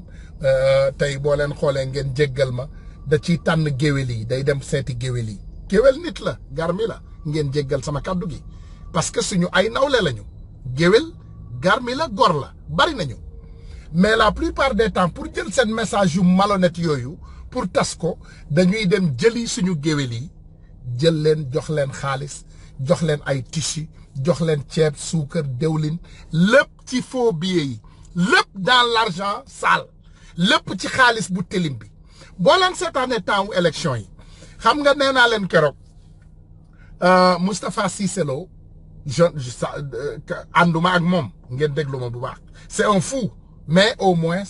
dof la boo xam ne moom day wax ay njombeem moom il vient il te dit c'est mal fait mi yëpp dala koy wax moom toj-toj yi muy def yëpp day ñëw wax ko sénégalais boo leen seetaane ci élection yi Moustapha Cissé Lo il ne fait pas partie de cette drogue et ces faux billets moom xaalis vrai la daan jël di ko partager di bëgg ñu gis ko nag day jël xaalis vrai di ko battre ci communauté yi di ko joxe ay Touba ak fu ne vrai l'argent vrai la doon jël di ko battre xam nga Moustapha Cissé Lo moom fu mu jàppee gouvernement Macky Sall parce que il connaît les malfaiteurs moom day toog ci koñam def lu ko neex wax lu ko neex bu xaalisam manqué rek mu commencé leen chantage te bu leen chantage forcé dañ koy jox place foo xam ne fa lay jëlee alalam wala ñu jox ko xaalis te kenn du ko mënal dara parce que c'est une association de malfaiteurs xam nga Macky Sall li ñuy wax ci anglais dafa compromise li nga xam ne moom mooy présidence am loolu moo ñu dal fii ci Donald Trump Amérique te Donald Trump les Américains sont en train de voter pour que ñu daaneel ko Donald Trump il ne sera pas président des États-Unis peut-être dans quelques mois dinañ ko daaneel dina daanu dans quelques mois Donald Trump il va démissionner ou on va le forcer de démissionner parce que fi mu ne nii vraie enquête parlementaire moo nekk ci kawam comme li ñuy wax fii impeachment ñu ngi koy impeach te Macky Sall loolu la mérité Macky Sall c'est ce qu'il mérite au Sénégal dañ ko war a impeach député yi dañu war a ubbi ay enquête parlementaire sur Macky Sall ñu impeach ko ñu fexe ñu forcer ko mu démissionner ou bien illa sénégalais yi ñu jël suñu ay responsabilités ñu dem dal ci kawam parce que tey cette personne qu'on vous dit doomu aadama bii ñu leen di wax nii tey muy ce bandit du port comme ni ma leen ko waxee boo leen seetaan leen ne tur bi sax mokkaluma ko turam sax duma ko fàttale ko parce que tout simplement lan Cheikh Kanté c'est quelqu'un qui ne m'intéresse pas moi Cheikh Kanté ne m'intéresse pas Cheikh Kanté intéressé wu ma déedéet mais li ñu intéressé ñun mooy alalu sénégalais bii nga xam ne alalu Sénégal bii nga xam ne moom la ñuy jël di ko pasare alalu Sénégal bii ñuy jël tey di ko pasare ñun boobu la ñu mënatul supporter jéggal leen ma am na ku may woo ma xool li tax muy woote peut-être dafa bëgg a assister voilà bismillah kookan la voilà donc je m'excuse waaw comme ni ma leen ko waxee am na frère buy laaj voilà mu ne je veux participer Moustapha Wade waaw Moustapha Wade si tu as peut-être Moustapha Wade boo amee sama WhatsApp peut-être nga mën a dugg sinon boo amul sama WhatsApp xaw ma nu may fexee ba dugal la parce que quand je vais sur l'écran du ma may opportunité ba dugal mais ce que je veux dire aux Sénégalais le mal est profond maanaam li metti Sénégal bari na mais on n'a qu'à se concentrer sur les thèmes Cheikh Kanté képp ku am ci moom ay gilaawaali ay masiba ay tooxi dooni nañ ko génnee ñu présenté ko président Macky Sall ma ne la gendarmerie je vous salue bravo ci seen liggéey ci Bougazelli mais c'est une petite goutte d'eau dans une mer maanaam ci géej nga toqal ci ndox wala nga toqal ta baaraam ci biir géej nañu wax ci Bougazelli nañ ko continuer juger mais Bougazelli benn dot rek la benn dot donc ana ñi ci des où sont le reste ana ñi ci des ana ñi nga xam ne ñoom ñoo des ana ñi nga xam ne ñoom ñoo des ñi des ana ñu parce que Bougazelli benn goutte d'eau la Bougazelli benn goutte la benn toq la ci biir sénégalais Bougazelli benn goutte la donc bëgg nañoo xam vraiment on veut vraiment savoir exactement ce qui se passe chez nous parce que ñun de li xew suñu dëkk du jàmm du salaam du jàmm du salaam du jàmm du salaam li xew suñu dëkk li xew Sénégal tey kenn xamul foo koy waxee parce que tey caay-caay boo xalaat Sénégal la ëppee doole caay-caay boo xalaat caay-caay banditisme boo xalaat Sénégal la ëppee doole mais boo leen xoolee ce qu'ils sont concentrés à faire et ce qu'ils ont aussi réussi à faire mooy toujours rek ñu jéem a takkal doomu sénégalais ñu jéem a takkal doomu sénégalais yi nga xam ne vraiment amaluñu leen benn njariñ xam nga mbir mi mes frères et sœurs du affaire bi du Ousmane Tounkara affaire bi c'est pas Ousmane Tounkara comme ni ma leen koy waxee toujours Ousmane Tounkara ne vous doit rien xam nga affaire bi c'est pas Ousmane Tounkara moi je ne suis pas un député du peuple je ne suis pas un employé du peuple sénégalais man ameluma leen dara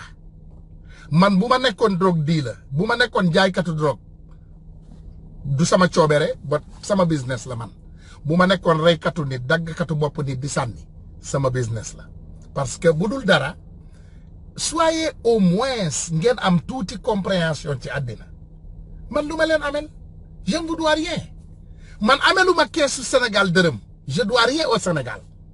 le débat c'est pas que voilà il y a Tounkara là-bas voilà il fait des voitures il fait des avions voilà il fait des perroquets déedéet man su ma mënul woon wax le gouvernement du Sénégal ne me laissera pas parler dinañ ma noppiloo suñu amoon lu toll ni tarafatal ay ni ci man ni kon porte nañ ma plainte boole nañ ma gouvernement Amérique pour noppiloo ma mais ils ne le peuvent pas mënaluñ ma dara man mënaluñ ma dara tous ci benn côté nag parce que benn maa leen gën a gëm yàlla benn xaw ma baatin xaw ma whatever this nonsense is I don't believe in that man gëw ma loolu man gëw ma ay affaire u sëriñ ay affaire u nangam ay affaire yi man doxuma ci loolu man gëw ma ay affaire u giri ay affaire u liggéey ay affaire u saafara gëw ma loolu moi je ne suis pas dans ça ce que je man benn affaire rek laa gëm mooy yàlla te xam naa ne doomu aadama bu nekk doo dee te sa waxtu jotul yàlla mooy reye yàlla moo sàkk mooy reye tant que sama waxtu dee jotul kenn mënu maa rey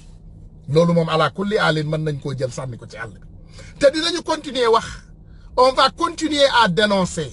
et on va continuer à parler parce que le mal est profond li xew Sénégal bon fa bari na on va continuer à dénoncer bu leen neexee dem leen seeti sama grand frère bi ma bokkal ndey ak baay wala ngeen dem xooli sama yaay wala sama nijaay yi ngeen corrompre ñëpp ngeen ne leen noppiloo Tounkara ngeen xool ndax man dinaa noppi dara duma noppiloo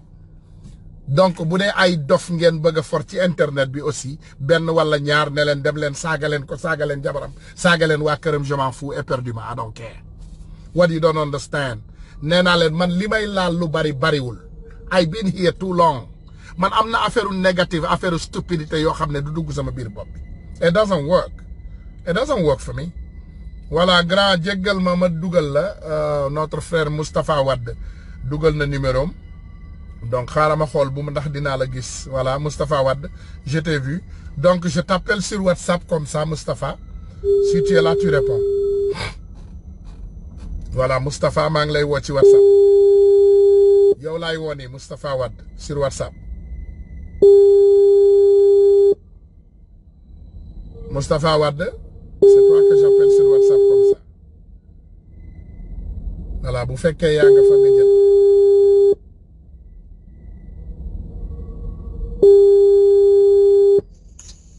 voilà grand nuyu naa la yow laa dugal noonu bismillah oui waaw ñu ngi lay déglu bismillah ça va merci et ta famille ça va merci oui bien waaw ñu ngi lay déglu man dama ko intervenir ci affaire faux billets laa doon déglu waaw ñu ngi lay déglu ni ñu ngi yaa ngi laaj jàpp Bougazelli yaa ngi laaj waaw oui mais loolu laa doon expliqué maa ni loolu donc kii leen jàpp dañ jàpp Bougazelli moom Bougazelli moo siiw dëgg la mais gis nga buñ doon jàpp loolu Sénégal 90% li ma lay wax nii dama ni man su ma àndoon ak police damay dox ak ñoom kër par kër lu ma nettali wala lu ma seetaan documentaire lu ma fekkee loo xam ne maa fekkee billets yu noir yi nii dafa fees del Sénégal te dafa am ay ñaari côté xam nga billet dañ ni faux billet mais du faux billet ay billet yu baax la dëgg la yoo xamante ne nii man bi benn paquet bu ma mës a gis 450 000 euros boo xam ne tey naa ko plus de une semaine ku ko indi woon mu ngi ko jëlee woon France indi ko foofu mais ña ko woon génne parce que xamul woon ku xam affaire yi mais dafa nekk comme ñu si doon waxtaan noonu après mu ni si la ñu laaj daal di koy génne mu nekk benn réseau boo xam ne aussi réseau bu gudd la xam nga di nga gis tey par exemple intermédiaire ñu ni kii moom affaire bi kii moom di dem ba foo mujjee si autorité ngay mujjee ji parce que dañ ko topp voilà dañ topp affaire bi dañ ko topp ñu topp si léegi moom nee na comme que bon temps boobu autorité bu mag la woon du mën a kii si yenn yooyu léegi mu ni mais dem leen maa ngi seen mais c'était juste pour nga xam quoi topp benn affaire pour nga xam rek c'était juste pour loolu ñu topp si affaire bi topp ko di ko xool di dem léegi chaque fois léegi ay dañ lay gëmloo toujours dañ lay ngëneel affaire bi dafa am benn produit bu koy defar produit bi nii lay jar nii nangam ak nangam man la dem nañ si ba centrale ba police centrale laa la wax si loolu lépp di topp affaire bi jàpp nañ si nit 2 fois gis nga benn bi sama benn xarit bëgguma citer turam mu ngi foofu mu ngi Pikine dafa ñëw waa ji laaj ko 1 million jël affaire yi ni ko mën naa la ko defaral nii benn ñàkk ñëw gis nga ñàkk yi lu bàyyi suñu dëkk bi ñu dugg fa fees fa dell ñàkk yi ñëw gën a gaaw parce que ñàkk bi moo ñëw mu ni mën na defar affaire au début affaire visa sax la doon wax man xam naa ay affaire visa yooyu dama si kii woon nit mu ni ma nañ ko jox 7000 francs 7000 francs lañ ko jox mu dugg si biir pharmacie jënd fa ay produits pharmaceutiques composé ko sama néeg sama kanam jël billet bi teg ko sotti ko si taf si ñaari papier aluminium escorté ko bàyyi ko mu fanaan ba suba mu ñëw passé ko ak fer ba mu tàng jër mu teppi ko mu nekk 50 euros mu dugal si biir station bi ñu def ko si détecteur bi mu normal gars yi wecc ko mais après nag muy laaj xaalis gars yi bàyyi ko léegi mu am benn waay bu ñuy wax kii am na affaire bi gars yi di ko topp dem nañ si ba présidence laa la wax waaw maa ngi déglu temps boobu ku ko génne ki génne affaire bi joxe ko foofu bëgguma sax si turam mais ministre la mais suñu waxtaanee après suuf dina la wax kan la man la ko jox ak sama ñaari xarit ñu ngi déglu live bi xam nañ li may wax parce que man nekkuma nii Sénégal mais ñoom xam nañ ñu ngi déglu actuellement nii dinañ xam li may wax xam nga ñu topp affaire bi waa ji ñëw ndax leen ñëw ba ne affaire bi pare na mu ngi banque centrale nangam ma fekk grand yi taxaw di ko xaar man leen la ngeen di xaar ñu ni non waa ji nee na dafay ut benn auto escorte pour sagam yóbbul leen ñaata milliards man leen yéen da ngeen dof mën ngeen imaginer ay milliards ñu koy génne fii c'est 450 000 euros ñu génne ko si CBAO di ko escorte di ko dem seen kër yéen kii da leen di nax waa ji ñëwaat fekk nga ko bi mu ñëwee mu ne ñu affaire bi pare na oto moo amul woon mais léegi am nañ oto xaaral mu dugg ma ne dama ko topp sama grand bi dama non bu ko topp ma ne non mu dugg ma waaye ba mu dugg fekk ko si biir bi ma ko fekkee si biir ma fekk ko mu toog si salle d'accueil bi noonu ndeke da doon toog noonu di saale ma daal di ñëw dugg mu gis ma jóg jaar si beneen porte ñu koy dem si toilette yi ma dugg da nga def foofu porte sortie la mu jaare noonu daw ñu toog quelques minutes mu woote sama téléphone man ni ma booy bu fekkee ni góor ngeen man waaw ma fekk leen ma central man kay kaa leen dem ñu ànd ñëw police centrale mu taxaw na gis ñu ñuy taxaw mu taala ma loxo ni ma ñëw leen ñuy ñëw gars yi am ñu rasu man ma ne nan continuer ñu ànd ak moom dem ñu ñëw ba si commissariat bi mu daw dugg jàll si ginnaaw comptoir bi naan voilà ñii la boobu mu ngi doon essayé def benn jeu bu dee ñii la pour ñu daw pour 17 millions yu mu dóoroon sama grand bi jeex mu ni ñii la policier bi ni ko ñii la si lan ma xam ne day teg dil kon policier bi ni lan la ma ne ko non moom moo ñu woo ñu ñëw mu ni ñu ñii la xam nga mu ni ma non ñoom la policier bi ni si lan booy lan la ma ne ko ma expliqué ko ni ko kii expliqué affaire nu mu demee yëpp policier bi ni taxaw boo yàgg mu ne ko yow xamee woo ma rek mu ni déedéet mu ne ko yaa ngi fàttaliku wax ko benn année ni ko am na koo àndal yóbbu ko ba parcelle case ba si jumaa ji nga taxaw ni ko maa ngi ñëw mu lay xaar nga yéeg tali montagne bi dem boo ko la gëj a gis mu daal di teg ba mu yàgg waaw mu ne ko man la woon mu ne ma booy li ngeen di wax yëpp xam naa ko kii mës na ma def loolu kooku lañ ko mujjee tee foofu ba sa lendemain ñu jiital ko ba këram nangu ñaari immeuble yi ñu yoroon foofu ñu nangu ñaari kër saisir ko d'abord monote ko yóbbu ko te moo doon jiite foofu seen koñ bi jàkka ji jabar bi mu ko gisee dafa xëm xam nga pour nga xam ni gendarmerie c'est vrai ñu ngi liggéey mais man la am na benn waay bu nekk marché bu bees kooku mu ngi traîné woon sama benn waay mu ngi foofu station bëgguma wax turam parce que dafa siiw foofu si koñ bi trop ba nga xam ko te bëgg si woon feeñ mais bu ñu ko traîné 1 million ñu ñëw commissariat Guédé waay man maa ñëw ma ñëw gis Gosé mu ne ma non booy lii kenn du ko yóbbu police ma ne ko looloo tax gars yi di leen rey nan dem ma ñëw expliqué ko mu ne ma bon man waa mu ne ma kaay mu ñëw ba si commissaire bi ni ma waxal li nga waxoon ma jaaraat si digg bi mu ne ma bon ma ne waaw mu ne Gosé jël leen oto bi ngeen dem jëli waa ji ñu dem jëli waa ji indi ko waa ji bi ñu ko jàppee dafa jël billet def ko si mbuus indi ko pour deel dafay dugal gars yi quoi mu ñëw teg ko ci moom xaalis moom dafa daw man ma xaw comme que wax naa ba pare mu ne ko ana xaalis booy yi muy nakal mu saaga ko fëddu ko mbéj waa ji génn 1 million yi teg billet yi ni ñoo moom billet yi commissaire bi daal di pare ni ko négocier dugal ko si biir mu ni mën naa ñibbi ñu fayloo ko mu fay foofu 1 million 300 léegi muy bëgg a dem waa ji ni ma yow yaa moom affaire yi ma ne ko wax mun ma yaa ko moom ma ne waa mu jóg taxaw di ma jëlal pour moom damay ragal ma jël daal di génn bi ma génneew benn paysan dàpp ma ne ma booy ma ne waa ko nii yow dafa mel ni gën nga réseau gars yi de ma ne ko non mais du ma liggéey de mu ni ma non dañ leen di bàyyi ak affaire yi delloo leen ko koo leen jàpp koo leen gis mu ni mën na ko jox leen ko ngeen def ma signe mais xam nga yooyu du ma nekk si yooyu di def ay signe finalement yow dañuy mujjee tëj ñu def la si ñu ne loolu nga doon liggéey te liggéey nga ko pour te dire que ni gis nga loolu dafa bëri ay autorité laa la wax yoo xam ne mën naa la wax seen tur A ba Z billahi wallahi taala si loolu lañ nekk te gendarmerie mënul réere loolu billet 2000 francs yi boo gisee dañ ko soxla mon frère pas fi mu toll nii peut-être lii bu dee daf lay déranger pour nga def ko ci live bi après mën nañu wax ci suuf ñu jël information yi parce que ñun tey li ñu yëkkati mooy pour ñu lijjanti lii nga xam ne moom moo bon ci suñu dëkk bi pour ñu defar ko parce que tey ñun suñu cible déjà moom mooy suñu cible déjà moom mooy le bandit du port là parce que yaakaar nañ ne lépp lu bon tey di jaar Sénégal bandi boobu moom ci moom lay jaar ci ay loxoom lay jaar foofu ci port bi nekkatul directeur port moom mooy tey ministre du PSE parce que Macky Sall daf ko jël promouvoir gis nga loolu voilà vas-y waaw gis nga affaire boobu nga gis noonu ñu daan wax day jaar fi dama ni bii bu ñu koy jël xam nga am na si malgré Sénégal am na yoo xam ni ñu ngi fa ay këyit la yu ñu jël def ko mu ñuul ñu nax la jaay la ko nin lay naxee mooy triant yi nekk Sénégal ñooñu loolu du xaalis mais ni ñuy defee seen réseau ñoom dama si dugg ba xam ko ba paa bi finalement dama si jéem a intégré ma bañ doomam mu ngi foofu yor ay nekk si écrit di leen financé di financé ay équipe tabax fa ay kër yu bëri gars yi di fenn soo waxee xam nga Sénégal léegi boo waxee nga naan la mooy utal Yaya Touré sëriñ ku fa am xaalis loolu la lay wax sama gars bi mu ko waxee dama ni ko noppil kii utalul kenn mënu ma mu xam naa ko ma ni ko papaam diw la tudd jour bi mu ko siy dugal booy bi kalandoo la yoon bi mu ko siy dugal jox ko benn jib Cherokee ni ma ànd leen ak moom ngeen liggéey ma ne ko ñun duñu liggéey di mu ni ma léegi mu raw leen ma ne ko sama kanam la bu leen wax leen xamul bàyyi ko fi yor xaalis ngeen di mooy utal Yaya Touré sëriñ kii fu muy xamee Yaya Touré ba gis nga paa bi dafa nekkoon di def foobee ñu tëj ko ba finalement mu ngi dëkk foofu Médina Gounass ku dégg Médina Gounass dégg tu li may wax rek di nga xam paa bi gis nga très bien gis nga paa bi dafa mujje nekk sëriñ bi mu jëndee mu dem ba si biir mu xam ne am na yoo xam ne mënatu ko mu jël doomam bi doon dawal kalandoo mu ngi nekk foofu si benn équipe leen financé xaalis bu nekk ñu koy way fii di ko tudd booy bu ndaw la da doon ñëw sama kër toujours même bi may jàng ñoo bokkoon benn école bu nekkoon école 10 gis nga booy bi dafa ñëw mu jox ko oto bi yokk lépp booy bi léegi technicien na nee na technicien xaalis quoi léegi ñoom dañuy yor ay biir yu noonu yoo ko ñuulal jaay la ko par exemple ñëw Tunkara ma ne la am na sam benn paa buy jaay ay par exemple 100 millions 100 000 $ wala 500 000 $ wala ñaata la koy jaayee ma ne la 50 000 ma jaay la ko ñu ni ku am produit bi ma ne am na sam benn waay bu ko am waa jooju da lay yóbbu si keneen waa ji yóbbu la si keneen ba nga mujjee si doomam bi mooy nekk technicien bi nee na genre soi-disant technicien quoi. gis nga léegi dafay ñëw jox la benn produit benn butéel la boo xam ne 1 litre lay nekk ndox mais dañ siy def ay compositions chimiques yoo xam ne bu seddee boo ko yëgalee day toj mais bu ñëwee da la ni kii pour ma raxas ko il faut nga jox am 10 millions ma jënd produit bi banque laa koy jëndee sama gars yi ñoo ma koy génneel dafa jafe nangam léegi yow boo déggee ñu la da lay raxasal 500 millions $, 500 000 $, ñu laaj la 10 millions da nga koy def xam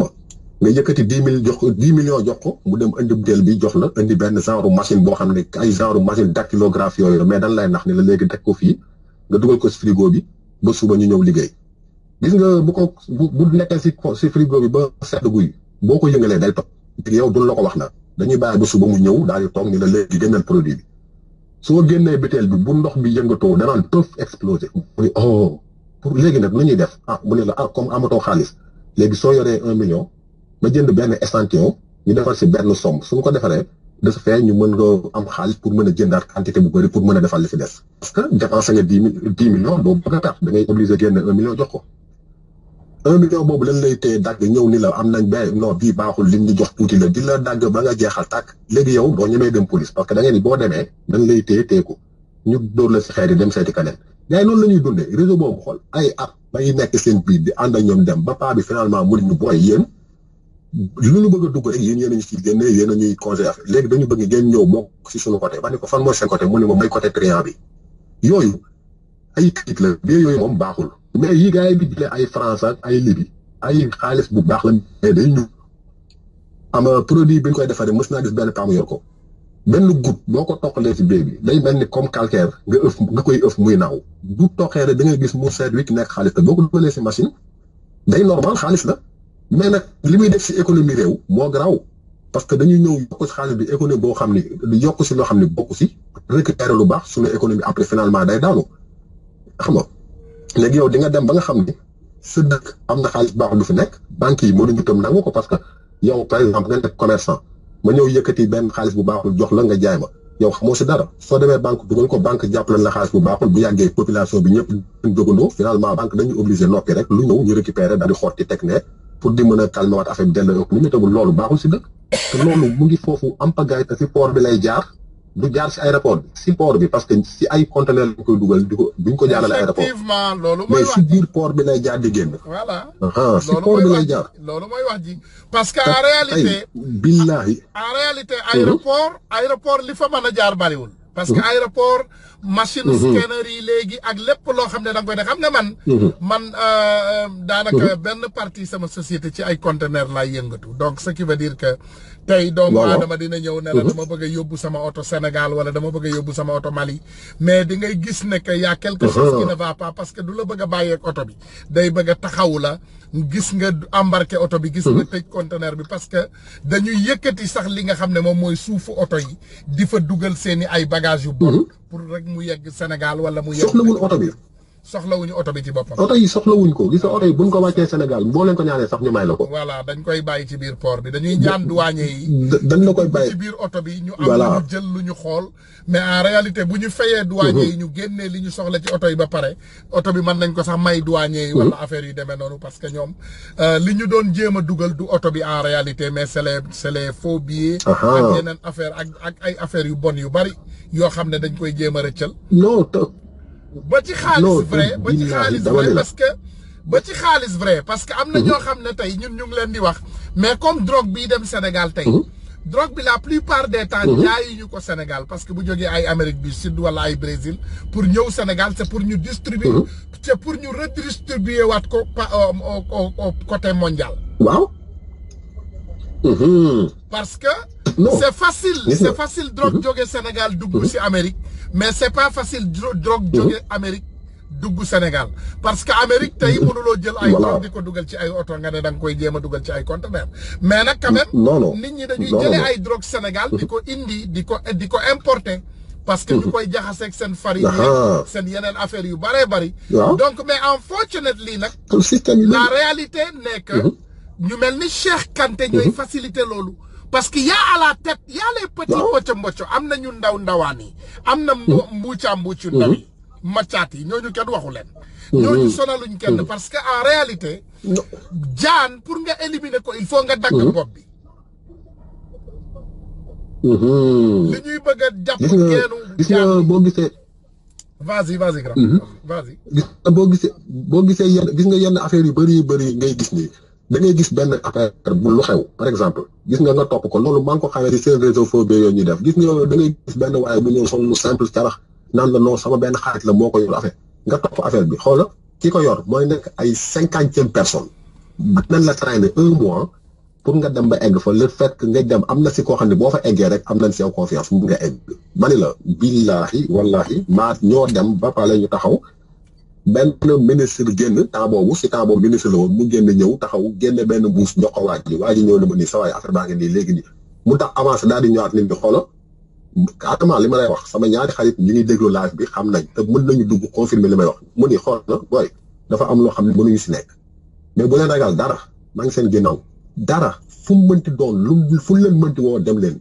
bu leen ragal dara damaa rek ma génn ma ne sama waa ji ma ne ko gis nga gars yi mu ne waa ma ne ko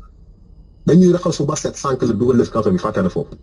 man maa ngi dem sama yoon mais c'était juste pour xam affaire yi fu muy jógee dañu dugg si lu nekk non am na rythme boo xam ne su ma ko toppoon heure bii maa ngi yor xaalis bëri comme ñoom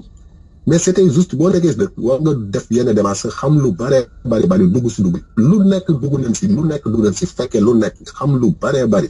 gis nga genre yi ngay gis fii ay directeur société yi ay yenn genre soi-disant député yi ngay gis ne nii bëri na si ñoo xam ne su ma taxawee ak ñoom nii la kii lii lay def billahi du ko weddi tey su ma amoon accès ànd ak gendarmerie wala police Sénégal dañuy dem par kër ma ne la kii lii lay def wala ñu bàyyi ma leen di signaler kii mu ngi def lii par benn ñu jàpp leen te loolu ñoom war nañ mën am moyen yu ëpp Bougazelli jàpp duñ ko jàpp loolu dafa yomb sax am nañu ko gën a efficace foofu dàq ko def phobie téeméeri junni yoon ñu ngi foofu immeuble li ngay gis ñu koy buddeendoo Dakar mu gaaw oto yu cher yi ngay gis foofu benn parking ñuy jaay oto nga gis fa ay lu ma 100 oto yoo xam ne benn bu nekk minimum mën na jot ay 50 millions mais loolu ban xaalis la nga yaakaar non dafa doy waar rek. mais bu ñu déggantee après bu ñu déggantee. non bu ñu déggantee dinaa am yeneen yu ma la dinaa la gën a expliquer yu bëri yoo xam ne dinaa la expliquer. tout partout ak par kër boo bëggee. dinañu neex nag nga xalaat ci bu baax. parce que dañu leen bëgg a dénoncer boo amee temps boo ma woowee ma détaillé la. ma ne ñun boo amee temps ma détaillé la benn par benn parce que. ma ne bëgguñu leen suturaal bëgg nañu boo amee jot de boo ñu ko mënee defal nga génnee tur yi parce que ñun bëgguñu suturaal kenn dañu bëgg ñëpp génn. dañu bëgg ñu xam ne malfaiteur amul problème dañu bëgg système bi set. dañu bëgg maanaam tey li tilim Sénégal dañu bëgg mu set. amul problème dafa am. parce que. vas-y. dafa am sama benn waay boo xam ne mu ngi déglu nii mu ne ma non gars dimbali ma am na si sunu benn grand boo xam ni kooku dafa baax nekkul malfaiteur nangam bu tudd turam moo tax sax ma xaw a waxee nii mais dinaa la jox détail par détail heure boo amee sama WhatsApp heure boo ma woowee moom dinaa la jox détail par détail diw ba mu jeex. merci vraiment c'est intéressant. voilà yal na yàlla fay la. parce que amul benn problème. yal na yàlla sàmm la sàmm sa njaboot parce que ndax xeex bi ñuy xeex déjà c'est un peu compliqué. déjà bari na banditisme ci xeex bi te bari na aussi ay malfaiteurs te bari na aussi ay doomu aadama yoo xam ne ay yàqkat lañu. mais au moins ñi nga xam ne ñu ngi def seen liggéey ñu mel ni yow ak ñeneen liñ leen mën a ñaanal rek yal na leen yàlla taxawu te aussi s'il te plaît nga jox ñu lépp rek comme ni ñu ko waree comme ça ñu saytu lépp ñu génne information parce que Sénégal toll na foo xam ne tey toll na foo xam ne tey il faut ñu sàmm suñu population bi parce que le mal est profond li ñu bëgg ngeen xam mooy le mal est profond merci grand merci beaucoup jërëjëf merci ok jaajëf waaw donc vraiment kooku suñu xarit bu baax bi ñun ñëpp ñoo ko déggandoo mu jox ñu ay information yu extraordinaire ci li nga xam ne moom la ñu bëgg a liggéey ci affaire phobie bi parce que li bari Sénégal bari na li yàqu Sénégal dafa bari mais ginnaaw tey réseaux sociaux yi taxaw nañ ñu bu dul woon réseaux sociaux yi tey même Bougazelli il ne sera pas en prison bu dul woon affaire réseaux sociaux yi jéggal leen ma jël suñu frère bi Pape Omar waaw Pape Omar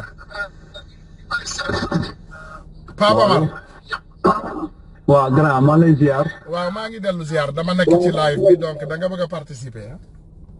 waaw dama bëgg a participer. waaw bismillah gaa yaa ngi lay déglu waaw asalaamaaleykum sama gars yi di leen wax asalaam yaa salaam di leen déggee yéen ñëpp di leen jox seen wàccuwaay. man dafa amoon lu ma bëgg leeral rek grand si affaire faux billets yi parce que faux billets yi dafa am ñaari qualité. dafa am boo xam ne billet noir lañ koy wax. boobu ay billets yu baax la. mais billet noir yooyu pour nga raxas ko foog nga am mercure.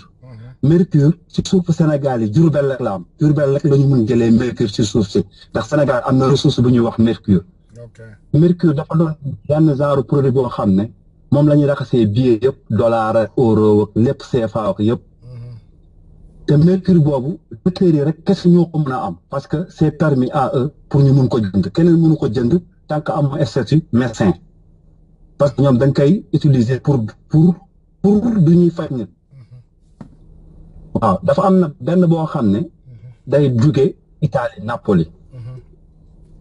man en 2013 on me l'a proposé pour ma def ko ci oto ñu jëndal ma oto ma yóbbu ko ba Sénégal jox ko fa nit sa pour yóbbul ko nit après man ma moom oto bi mais boobu j'avais d'autres choses à faire léegi si faux billets yooyu pour ñu écouler ko dafa am façon bu ñu koy écouler faux billet bi damay ñëw gis par exemple commerçant wala quincaillerie wala kenn ku yor magasin o bu ma ñëwee damay wut 1000 francs bu baax damay wut 1 million CFA ma yor ko du ma ñëwee dama lay def commande presque commande 10 millions wala 20 millions du ma la defee commande 20 millions bi jël 1 million bu baax bi jox la ko ne la ba sàngam dinaa jël si affaire yi xam nga doo demee ma toog 2 semaines nga yor 1 million bi nga naan kii dafa sérieux ndax moom ma bàyyi xaalisam du may ñëwaat mallette bi ma lay indil lépp faux billet lay doon ma jël sa marché ma jël sa place valeur 2 millions doon sama yoon noonu la ñuy daanalee commerçant yi Sénégal di leen jox faux billets yi moo tax du nga ko mën a nand parce que du ñu mën a calculer xaalis boobu lépp si machine yi ñuy am pour contrôler billet yi ndegam baax na moo tax ma ne faux billets yi dafa am ñaari qualité dafa am ay billets noirs yoo xam ne mercure moo koy raxas am billets yoo xam ne Napoli lay jóge moom lañ si jàppee woon si Thione Seck ak famille ñoom Wally Seck bi yooyu yu jógee Napoli la woon waaw léegi nag ñun dañuy am jàngat grand si affaire drogue bi. mais kaay Pape Omar dafa am lu may seetal foofu tuuti rek parce que ku nekk ndeysaan nee nañu na nga protéger sa ginnaaw balaa may dem kër ga ñuy dagg sama bopp na leer Thione Seck xam nga Thione Seck ak Wally Seck ñaari affaire yu différent la garab gis nga parce que Thione Seck moo jur Wally Seck mais affaire faux billet bi ça n'a rien à voir avec Wally Seck c'est Thione Seck mi ngi mel ni Tunkara tey man su ma defee jéyee c'est moi le problème donc Thione Seck la du Wally Seck n'est-ce pas. waaw xam nga man grand dama def Italie presque 18 ans. waaw. li ma nekkoon Italie yëpp. waaw je voyageais entre Napoli. waaw. Sarre Napoli ak Milan parce que à l'été dama daan dem si dëkk été hiver bi ma dem Napoli jënd ay montre false pour mën a dugg ay Milan ak Brescia pour jaay ko. man ñu ma proposé woon faux billet yooyu ay copain Wally Seck nan ay amem nan Wally Seck dafa nekkoon Brescia. Brescia la jóge soo ko ñibbisi. dil bi Napoli la jóge jaar Brescia ñu di ko Sénégal Wally Seck il est impliqué si faux billet yooyu papaam bi utilisé. waaw. léegi nag boobu moom leer na. waaw. moo tax ma laaj question bi. mais léegi nag man dama am jàngat si 750 kilos drogue Sénégal. nga yow mënoo ko fa dugal. nga ne drogue bi mënu jóge ma ne 750 kilos cocaïne man mënuma ko dugal Sénégal Ibou Fall mënu ko dugal Sénégal. déedéet ak mënu ko dugal Sénégal 750 kilos. kooku en fait mën nañu ko dugal parce que li tax ñu mën ko dugal loolu la ñuy nekk di réseau boobu la ñu nekk di leeral tey pour mu leer mën nañ koo dugal xam nga man transitaire man je suis dans la transit xam naa oto affaire oto ak cachette ak bagage yu bari yoo xam ne gars yi dañ koy lijjanti ci seen oto yi mais comme moi je ne suis pas toujours présent moo tax même sama jëyee boobu jàpp boobu ngeen doon dégg ba ma leeraloon ci sama bopp temps yële passé mooy toujours mooy li ngay dégg sénégalais yi ñu ne la Tunkara sàcc oto lay liggéey Amérique maanaam après bu sàccee oto yóbbu ko fii yóbbu ko fële loolu lañ ko jàppee mais ce qu'ils n'ont pas compris Tunkara société transit laa am man par ba léegi ba guddi yi ñu toll dinaa génne lu mat 15 à 20 conteneurs Amérique par jour déggoo ma de par jour man dinaa génne 15 à 20 conteneurs Amérique mais muy dem fu ne nag di dem ci dëkku arabe yi di dem ci Nigéria di dem Ghana di dem Maroc di dem fu nekk moo tax nga gis reewande bi sénégalais yu bari di ma laaj kii lu muy liggéey ak du liggéey parce que j'ai une société qui est déjà qui travaille pour lui-même mooy maanaam am naa ay nit yoo xam ne ñu ngi def seen liggéey ku nekk dina am ci am tuutiyam man ma am ci sama akas tuuti ku ne am ci sa akas tuuti nga yor ci sa njaboot. mais loolu c'est pas ce qui est important mais li important mooy li ngay wax nii léegi c'est important ñu xam ne corruption bi am Sénégal kenn ku nekk mën na faa dugal drogue moo tax mu nekk capitalu drogue gu àdduna bi. boo gisee tey Sénégal nekk capitalu drogue loolu moo tax parce que ku ne mën na faa dugal. waaw mais grand man doo déggee ma ne la yow mun ko fa dugal mooy 750 kilos de cocaïne grand foo koy jëlee. waaw man awuma ko mais tey bu nit ku juba di ñëwoon def ko ci oto man naa dugal oto bi Sénégal. waaw yow transporteur ngay wax xam nga mbir mi. waaw yaa ngi may dégg. xam nga mbir bi dafa am yoon. waaw. dafa am kii moom drogue bi ak ki koy transporter bokkul yow côté transport bi ngay wax. yow mun nga ko transporter côté transport bi voilà yow mun nga ko transporter. mais pour am ko. il faut avoir des centaines de milliards te kenn rek a mun def loolu Sénégal grand. gouvernement. non du gouvernement bi sax ki ñu jox suñu contrat pétrole beeg gaz bi kan la. Frank Timis. Frank Timis kan moo ko nekkal Sénégal. Alioune Sall. kan moo ko nekkal Guédiawaye. Bougazeli. jeex na. waaw mais Cheikh Kanté xam nga mbir mi. waaw xam nga Cheikh Kanté fan lay laale paaram si transport bi. voilà ci moom moo koy indi ba Sénégal moo tax ma ne la carte la ñu yor ñoom. moo koy indi moo koy génne. voilà moo koy indi moo koy génne moo tax bés bu nga ko jàppee rek bu ñu koy compté waat rek ñu ne manqué na kan moo am accès foofu pour jël ko. dëgg la vas-y. homme de loi yi ki la ñuy yónni pour ñu jël ko Cheikh Kanté lay doon parce que ñoom ñoo koy soxla. dëgg la. grand le kilo ça coûte presque 80 000 euros. 80 000 euros. 80 000 euros presque mun nañu wax $70 000 la. du 50 millions CFA wala 60 millions CFA. dëgg la. par kilo nga am ci 750 kilogrammes.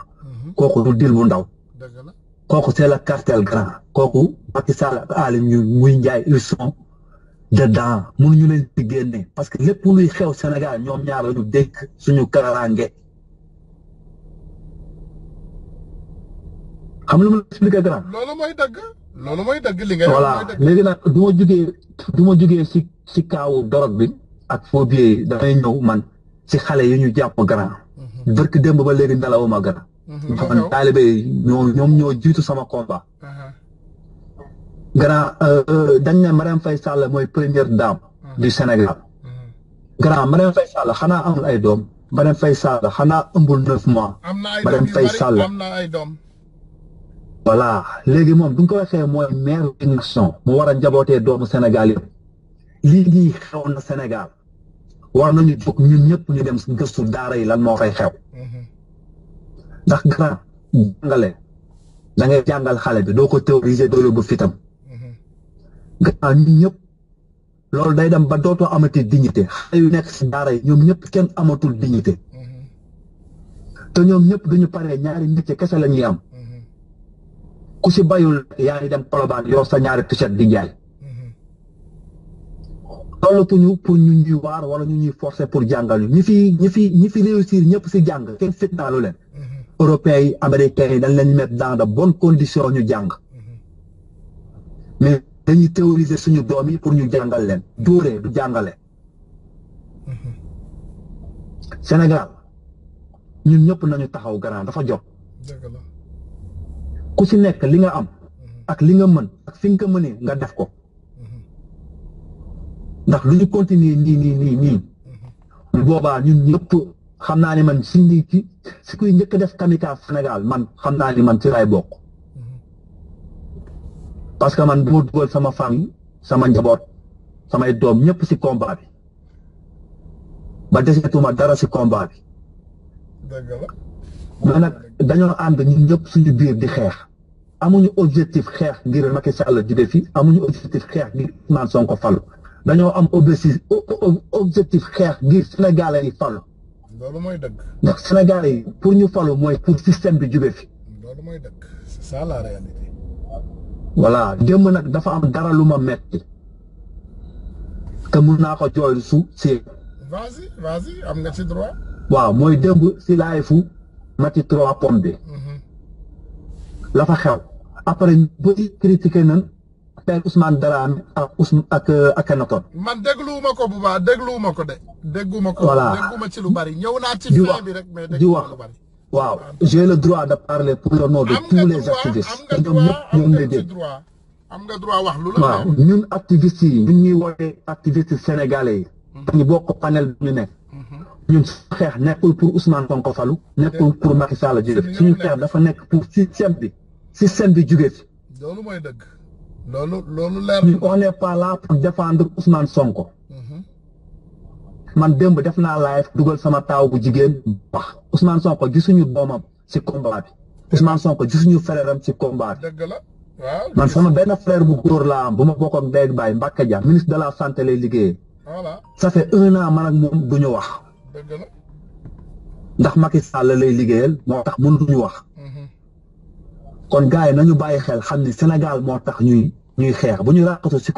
si homme politique yi di wane suñu mbëggee bi ñu bëgg Sénégal. dëgg la Daoud. waaw loolu laa bëggoon leeral pour mu leer si boppu gars yi leen wax tous pour le Sénégal rek te ñun la ko yàlla dénk ñi ñu defal Sénégal yàlla dénkul Ousmane Sonko Sénégal dénkul Macky Sall Sénégal Sénégal yëpp ku ci nekk am nga si part de responsabilité te wax sa xalaat ak nga jëf li jëmale réew mi kanam te foofu lañ toll jëf ngir réew mi jëm kanam ma bañ a guddal. ñu ngi rafetlu comme ni nga ko waxee. waaw di la wax bon courage. waaw merci grand ñu ngi rafetlu comme li Pape Omar wax léegi j'espère bien que baax nañu bàyyi xel ci loolu parce que le combat là c'est un sacrifice que nous faisons pour le Sénégal yan xamu leen ñun liñ ciy dund façon saaga yu ne dinañ ko ci dund façon yabaate yu ne dinañ ko ci fekk façon maltraité bu ne dinañ ko ci dégg façon wor bu ne gis nañ ko chaque jour ñu wor ñu. chaque jour ñu def ñu lu ñaaw chaque jour ñu def ñu lu bon pour vous dire attendez-vous peut-être dans 10 jours wala beneen ñaari semaine di ngeen gisaat beneen association de malfaiteurs bu dajaloo ñu ne Tunkara la ñuy xeex man kenn mënulu ma dara bàyyi leen ñu dem c'est ça les réalités ce qui nous intéresse ñun c'est pour le changement du Sénégal ñun liy changer Sénégal moo ñu intéressé du benn doomu dof bu jóge fële di bind lu ñaaw wala di wax lu ñaaw ci ñun loolu intéressé wuñu ñun li ñu intéressé mooy Sénégal na Sénégal am jàmm Sénégal am ndam suñu système bi moo salte tey boo gisee ku mel ni comme ni ma leen koy waxee encore Cheikh Kanté di dund ba léegi loolu ci dëkku Sénégal la bokk jéggal leen ma am na kuy woote ma xool ndax dafa bëgg a participer allo Ousmane. waaw da nga bëgg a participer. waaw maa ngi ziar gaa yëpp. waaw ñu ngi lay ziar ñu ngi lay déglu merci. en commençant par yow. waaw ñu ngi lay ziar. waaw daanaka li ma waroon décortiquer yëpp Ousmane Pape Omar jaar na fépp. waaw c'est vrai. voilà léegi nag man benn affaire bu ndaw laa ci bëggoon a dolli. voilà vas-y. mooy que ni ñi la andil faux billet. ñi Pape Omar lim noonu yëpp ci faux billet man foofu laa doon bëgg a ñëw. pour xamal leen ni ñooñu fi tegal ay faux carte d'identité. ñooñu fi tegal ay faux vote. bu Sénégalais yi yaakaaree ne par vote la ñu mën a génnee ñii Sénégal il faut que ñu jàkkaarloog ñoom toj seen cott ndey bu baax a baax man affaire yi amul yërëm. amul de. guerre day saf mondial. Sénégal li ko jëlee Macky Sall ba ci suuf man nee naa leen Macky Sall guerre rek. waaw am na lu Pape Omar fàtte. ni Macky Sall kan mooy magam du Macky Sall. waaw. Macky Sall mooy magam. donc il faut que sénégalais yi xam ne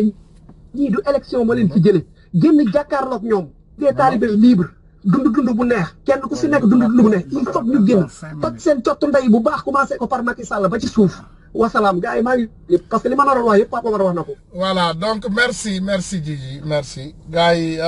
kooku moo doon Djidji moom defe naa ku ne Djidji du xorom rek donc di nga am problème parce que Djidji moom c'est le xoromeur moom day xorom moom kenn mënalu ko dara moom te démocratie la ñu nekk bien vrai que réseau yi boo leen seetaanee fan yi mi ngi mel ni association malfaiteurs yi neutraliser nañ leen. bàyyi nañu wàññi nañu saaga yi ba mën naa ne sax daanaka bàyyi nañu saaga yi parce que ñun li ñu intéressé mooy ñu bëgg ñu jël information bi yeggal ko fi nga xam ne moom la war a yegg pour sénégalais jot ci xam nga il faut ñaari affaire nit ñi mën koo différencier Sonko dafa mel ni comme yéen xale yu jigéen yi ni ngeen koy waxee ngeen jéggal ma wala xale yu góor yi dafa mel ni nga yor benn coof ci koñ bi koo xam ne il est sérieux il est calme il est un bon travailleur donc loolu moo ñu dugal ci Sonko li ñu dugal ci moom mooy dañ ko sopp daf ñu neex te yàlla tax mooy amour sans condition la Sonko dañ ko bëgg sans condition par contre léegi nit ñi ndeysaan li ñu mënul comprendre mooy mbëggeel boobu nit ñi bëgg koo traduire ne gars yi nekk ci réseaux sociaux yi Sonko la ñuy liggéeyal ñun on travaille pas pour Sonko déedéet ñun gëm nañu Sonko li muy wax mooy ñun li ñuy wax on le considère un de nous waxuñu la ci côté yëpp mais Sonko c'est un de nous maanaam li ñuy xeex lay xeex li ñuy wax lay wax li ñu naqari moo ko naqari loolu moo tax Sonko neex ñu mais nous on travaille pas pour Sonko donc ñaari affaire yooyu il faut ngeen mën ko différencier du côté professionnel on est des professionnels nee naa leen ñun tey on est des Sénégalais lambda qui travaillent qui s'occupent de leur famille Sonko gënuñu demin Sonko gënuñu njaboot Sonko ay doomam gënuñu suñu ay doom jabaram gënul suñu ay jabaram dàqul sax suñu ay jabar ngeen jéggal ma donc ce qui est là c'est Sonko la personne Sonko le patriote boo xam ne bu Sénégalais yi di génn ñun ñoo bokk génération bu Sénégalais yi amee lu leen naqari mu génn naqarlu ko ak ñoom bu Sénégalais yi wootee xeex mu génn xeex ak ñoom tandis que les patrons sont assis chez eux ñoom nee nañu ay patron lañu dañuy xaar ba élection jot ñu ñëw maye tuuti xaalis dugg ci gox-goxaan yi ne voilà moi je suis un président ils sont des présidents avant qu'ils ne soient même votés président loolu moo grave ci Sénégal te président bii ñëwaat ci Sénégal loolu du ko fal loolu ku yaakaar ne tey Sénégal bu bees bii di nga riij sa gat gi fi nga toog xaar ba élection jot nga ñëw taxaw ne voilà je vous aime voilà mes sœurs frères sénégalais voilà campagne da ngay duul loolu du amaat Sénégal ku ko bëgg da ngay ñëw nga xeex ak ñun da ngay ñëw sur le terrain da ngay ñëw li ñu naqari nga naqarlu ko kii sàcc suñu alal nga dimbali ñu jàpp ko ki ñuy xeex nga dimbali ñu xeex ko loolu moo ñu intéressé ginnaaw loolu nag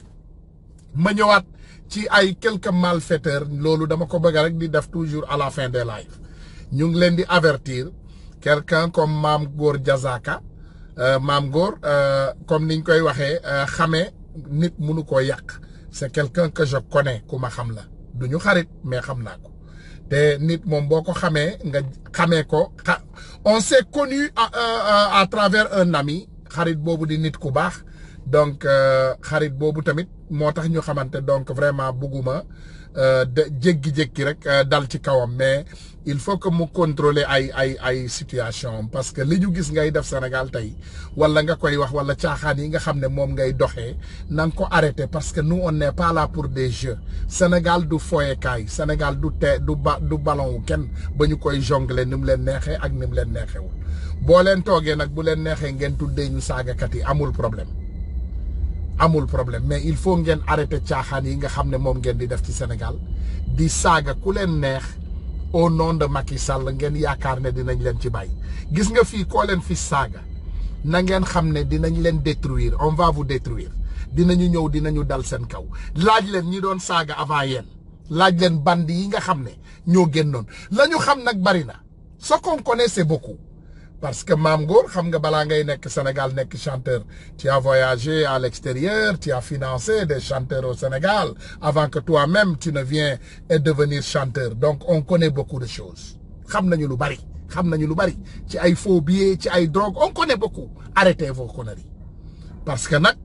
lu ëpp tuuru soo leen ko arrêté wul bu ñu ñëwee bu ñu dalee seen kaw vague bi bu ñëwee ça sera votre fin dof bu la bëgg a fal maire nag na la fal maire wala mu fal la député loolu problème am la on s'en fout parce que waa Tëngéej xaw ma waa Rufisque xaw ma fan nga bëgg a falu maire mais ces personnes j'en suis sûr et certain que am nañu xel am nañu xalaat ñoom xam nañu lu ñuy fal ak lu ñu dul fal donc demal ñu fal la mais quant à suñu patriotes yi moom wàcc leen Sonko ak yeneen patriotes yi moi Sonko c'est mon frère patriote en ce moment il a été mon candidat présidentiel en temps de campagne mais guddi yi ñu tollu je le considère comme mon frère patriote comme ni ma considéré Djidji considéré ko Pape Omar considéré ko xeexkat yi yëpp Kayz Kof considéré ko panafricain yëpp loolu laa considéré Sonko comme un Nelson Mandela comme un Patrick Lumumba comme nu mu tudd Thomas Sankara loolu laa considéré Sonko guddi yi ñu toll donc aussi rek sénégalais yi ngeen bàyyi ci loolu xel nous on n'est pas là pour décorer et peinturer Sonko déedéet mais quant à nit nag bu defee lu baax dañ koy wax loolu mooy dëgg dañuy wax li mu def mu baax lool mu bëgg réewam lool dinañ ko wax loolu qu'est-ce que les sénégalais ñu xam ko donc loolu bàyyi leen ko xel taawu élection nag jotul comme ni ma leen ko waxee bu élection jotee peut-être y aura un nouveau candidat qui sera nommé Sabali on ne sait pas peut-être y aura un nouveau candidat qui se nommera Baldé waxuma Baldé Turian de la Casamance je ne parle pas d'Abdoulaye Baldé le beau-frère de Macky Sall waxuñu kooku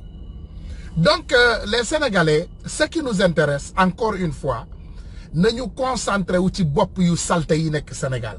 moi mon cible jusqu'à demain ce sera toujours ce bandit de Kanté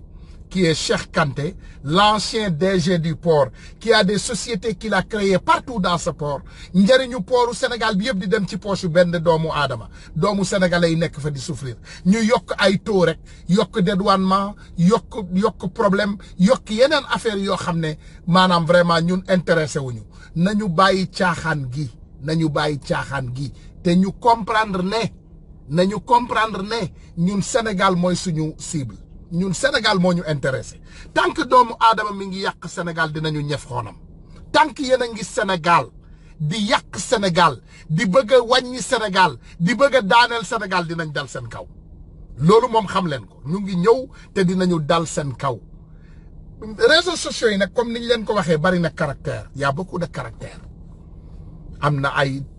ñoo xam ne théâtre moo leen fi indi am na ñoo xam ne sa live bi neex na wala am na ñoo xam ne yaay dëggu am na ñoo xam ne wala saaga am na ñoo xam ne xaste ku nekk li la indi yow yaa ko xam on s'en fout ku nekk li la indi yow yaa ko xam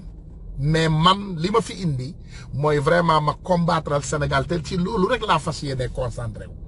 aw ma problème ak benn doomu aadama bu leen ma catégoriser ak benn doomu aadama niroow ma sur la tête de mes enfants je suis unique niroow ma ak kenn demin ci réseaux sociaux yi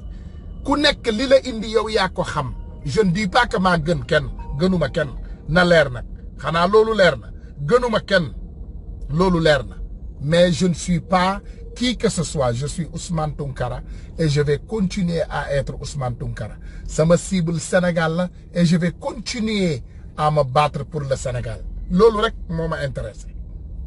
voilà donc bu fekkee nag comme niñ koy defee toujours ci biir waxtaan bi am na loo xam ne wax nañ ko fi mu dépassé wala ñu manqué kenn respect ngeen jéggal ma ko te yàlla tax parce que nul n'est parfait toujours ñu def ay jéye toujours ñu def ay erreur si j'ai dit ou j'ai dépassé quelqu'un par accident dans mes mots s'il vous plaît excusez-moi ngeen baal ma te yàlla tax ngeen jéggal ma ko voilà ñun li ñu intéressé rek mooy vraiment ñu wax li nga xam ne moom mooy dëgg yi Sénégal ñu jële fi ki nga xam ne moom mooy le plus grand malfaiteur de notre histoire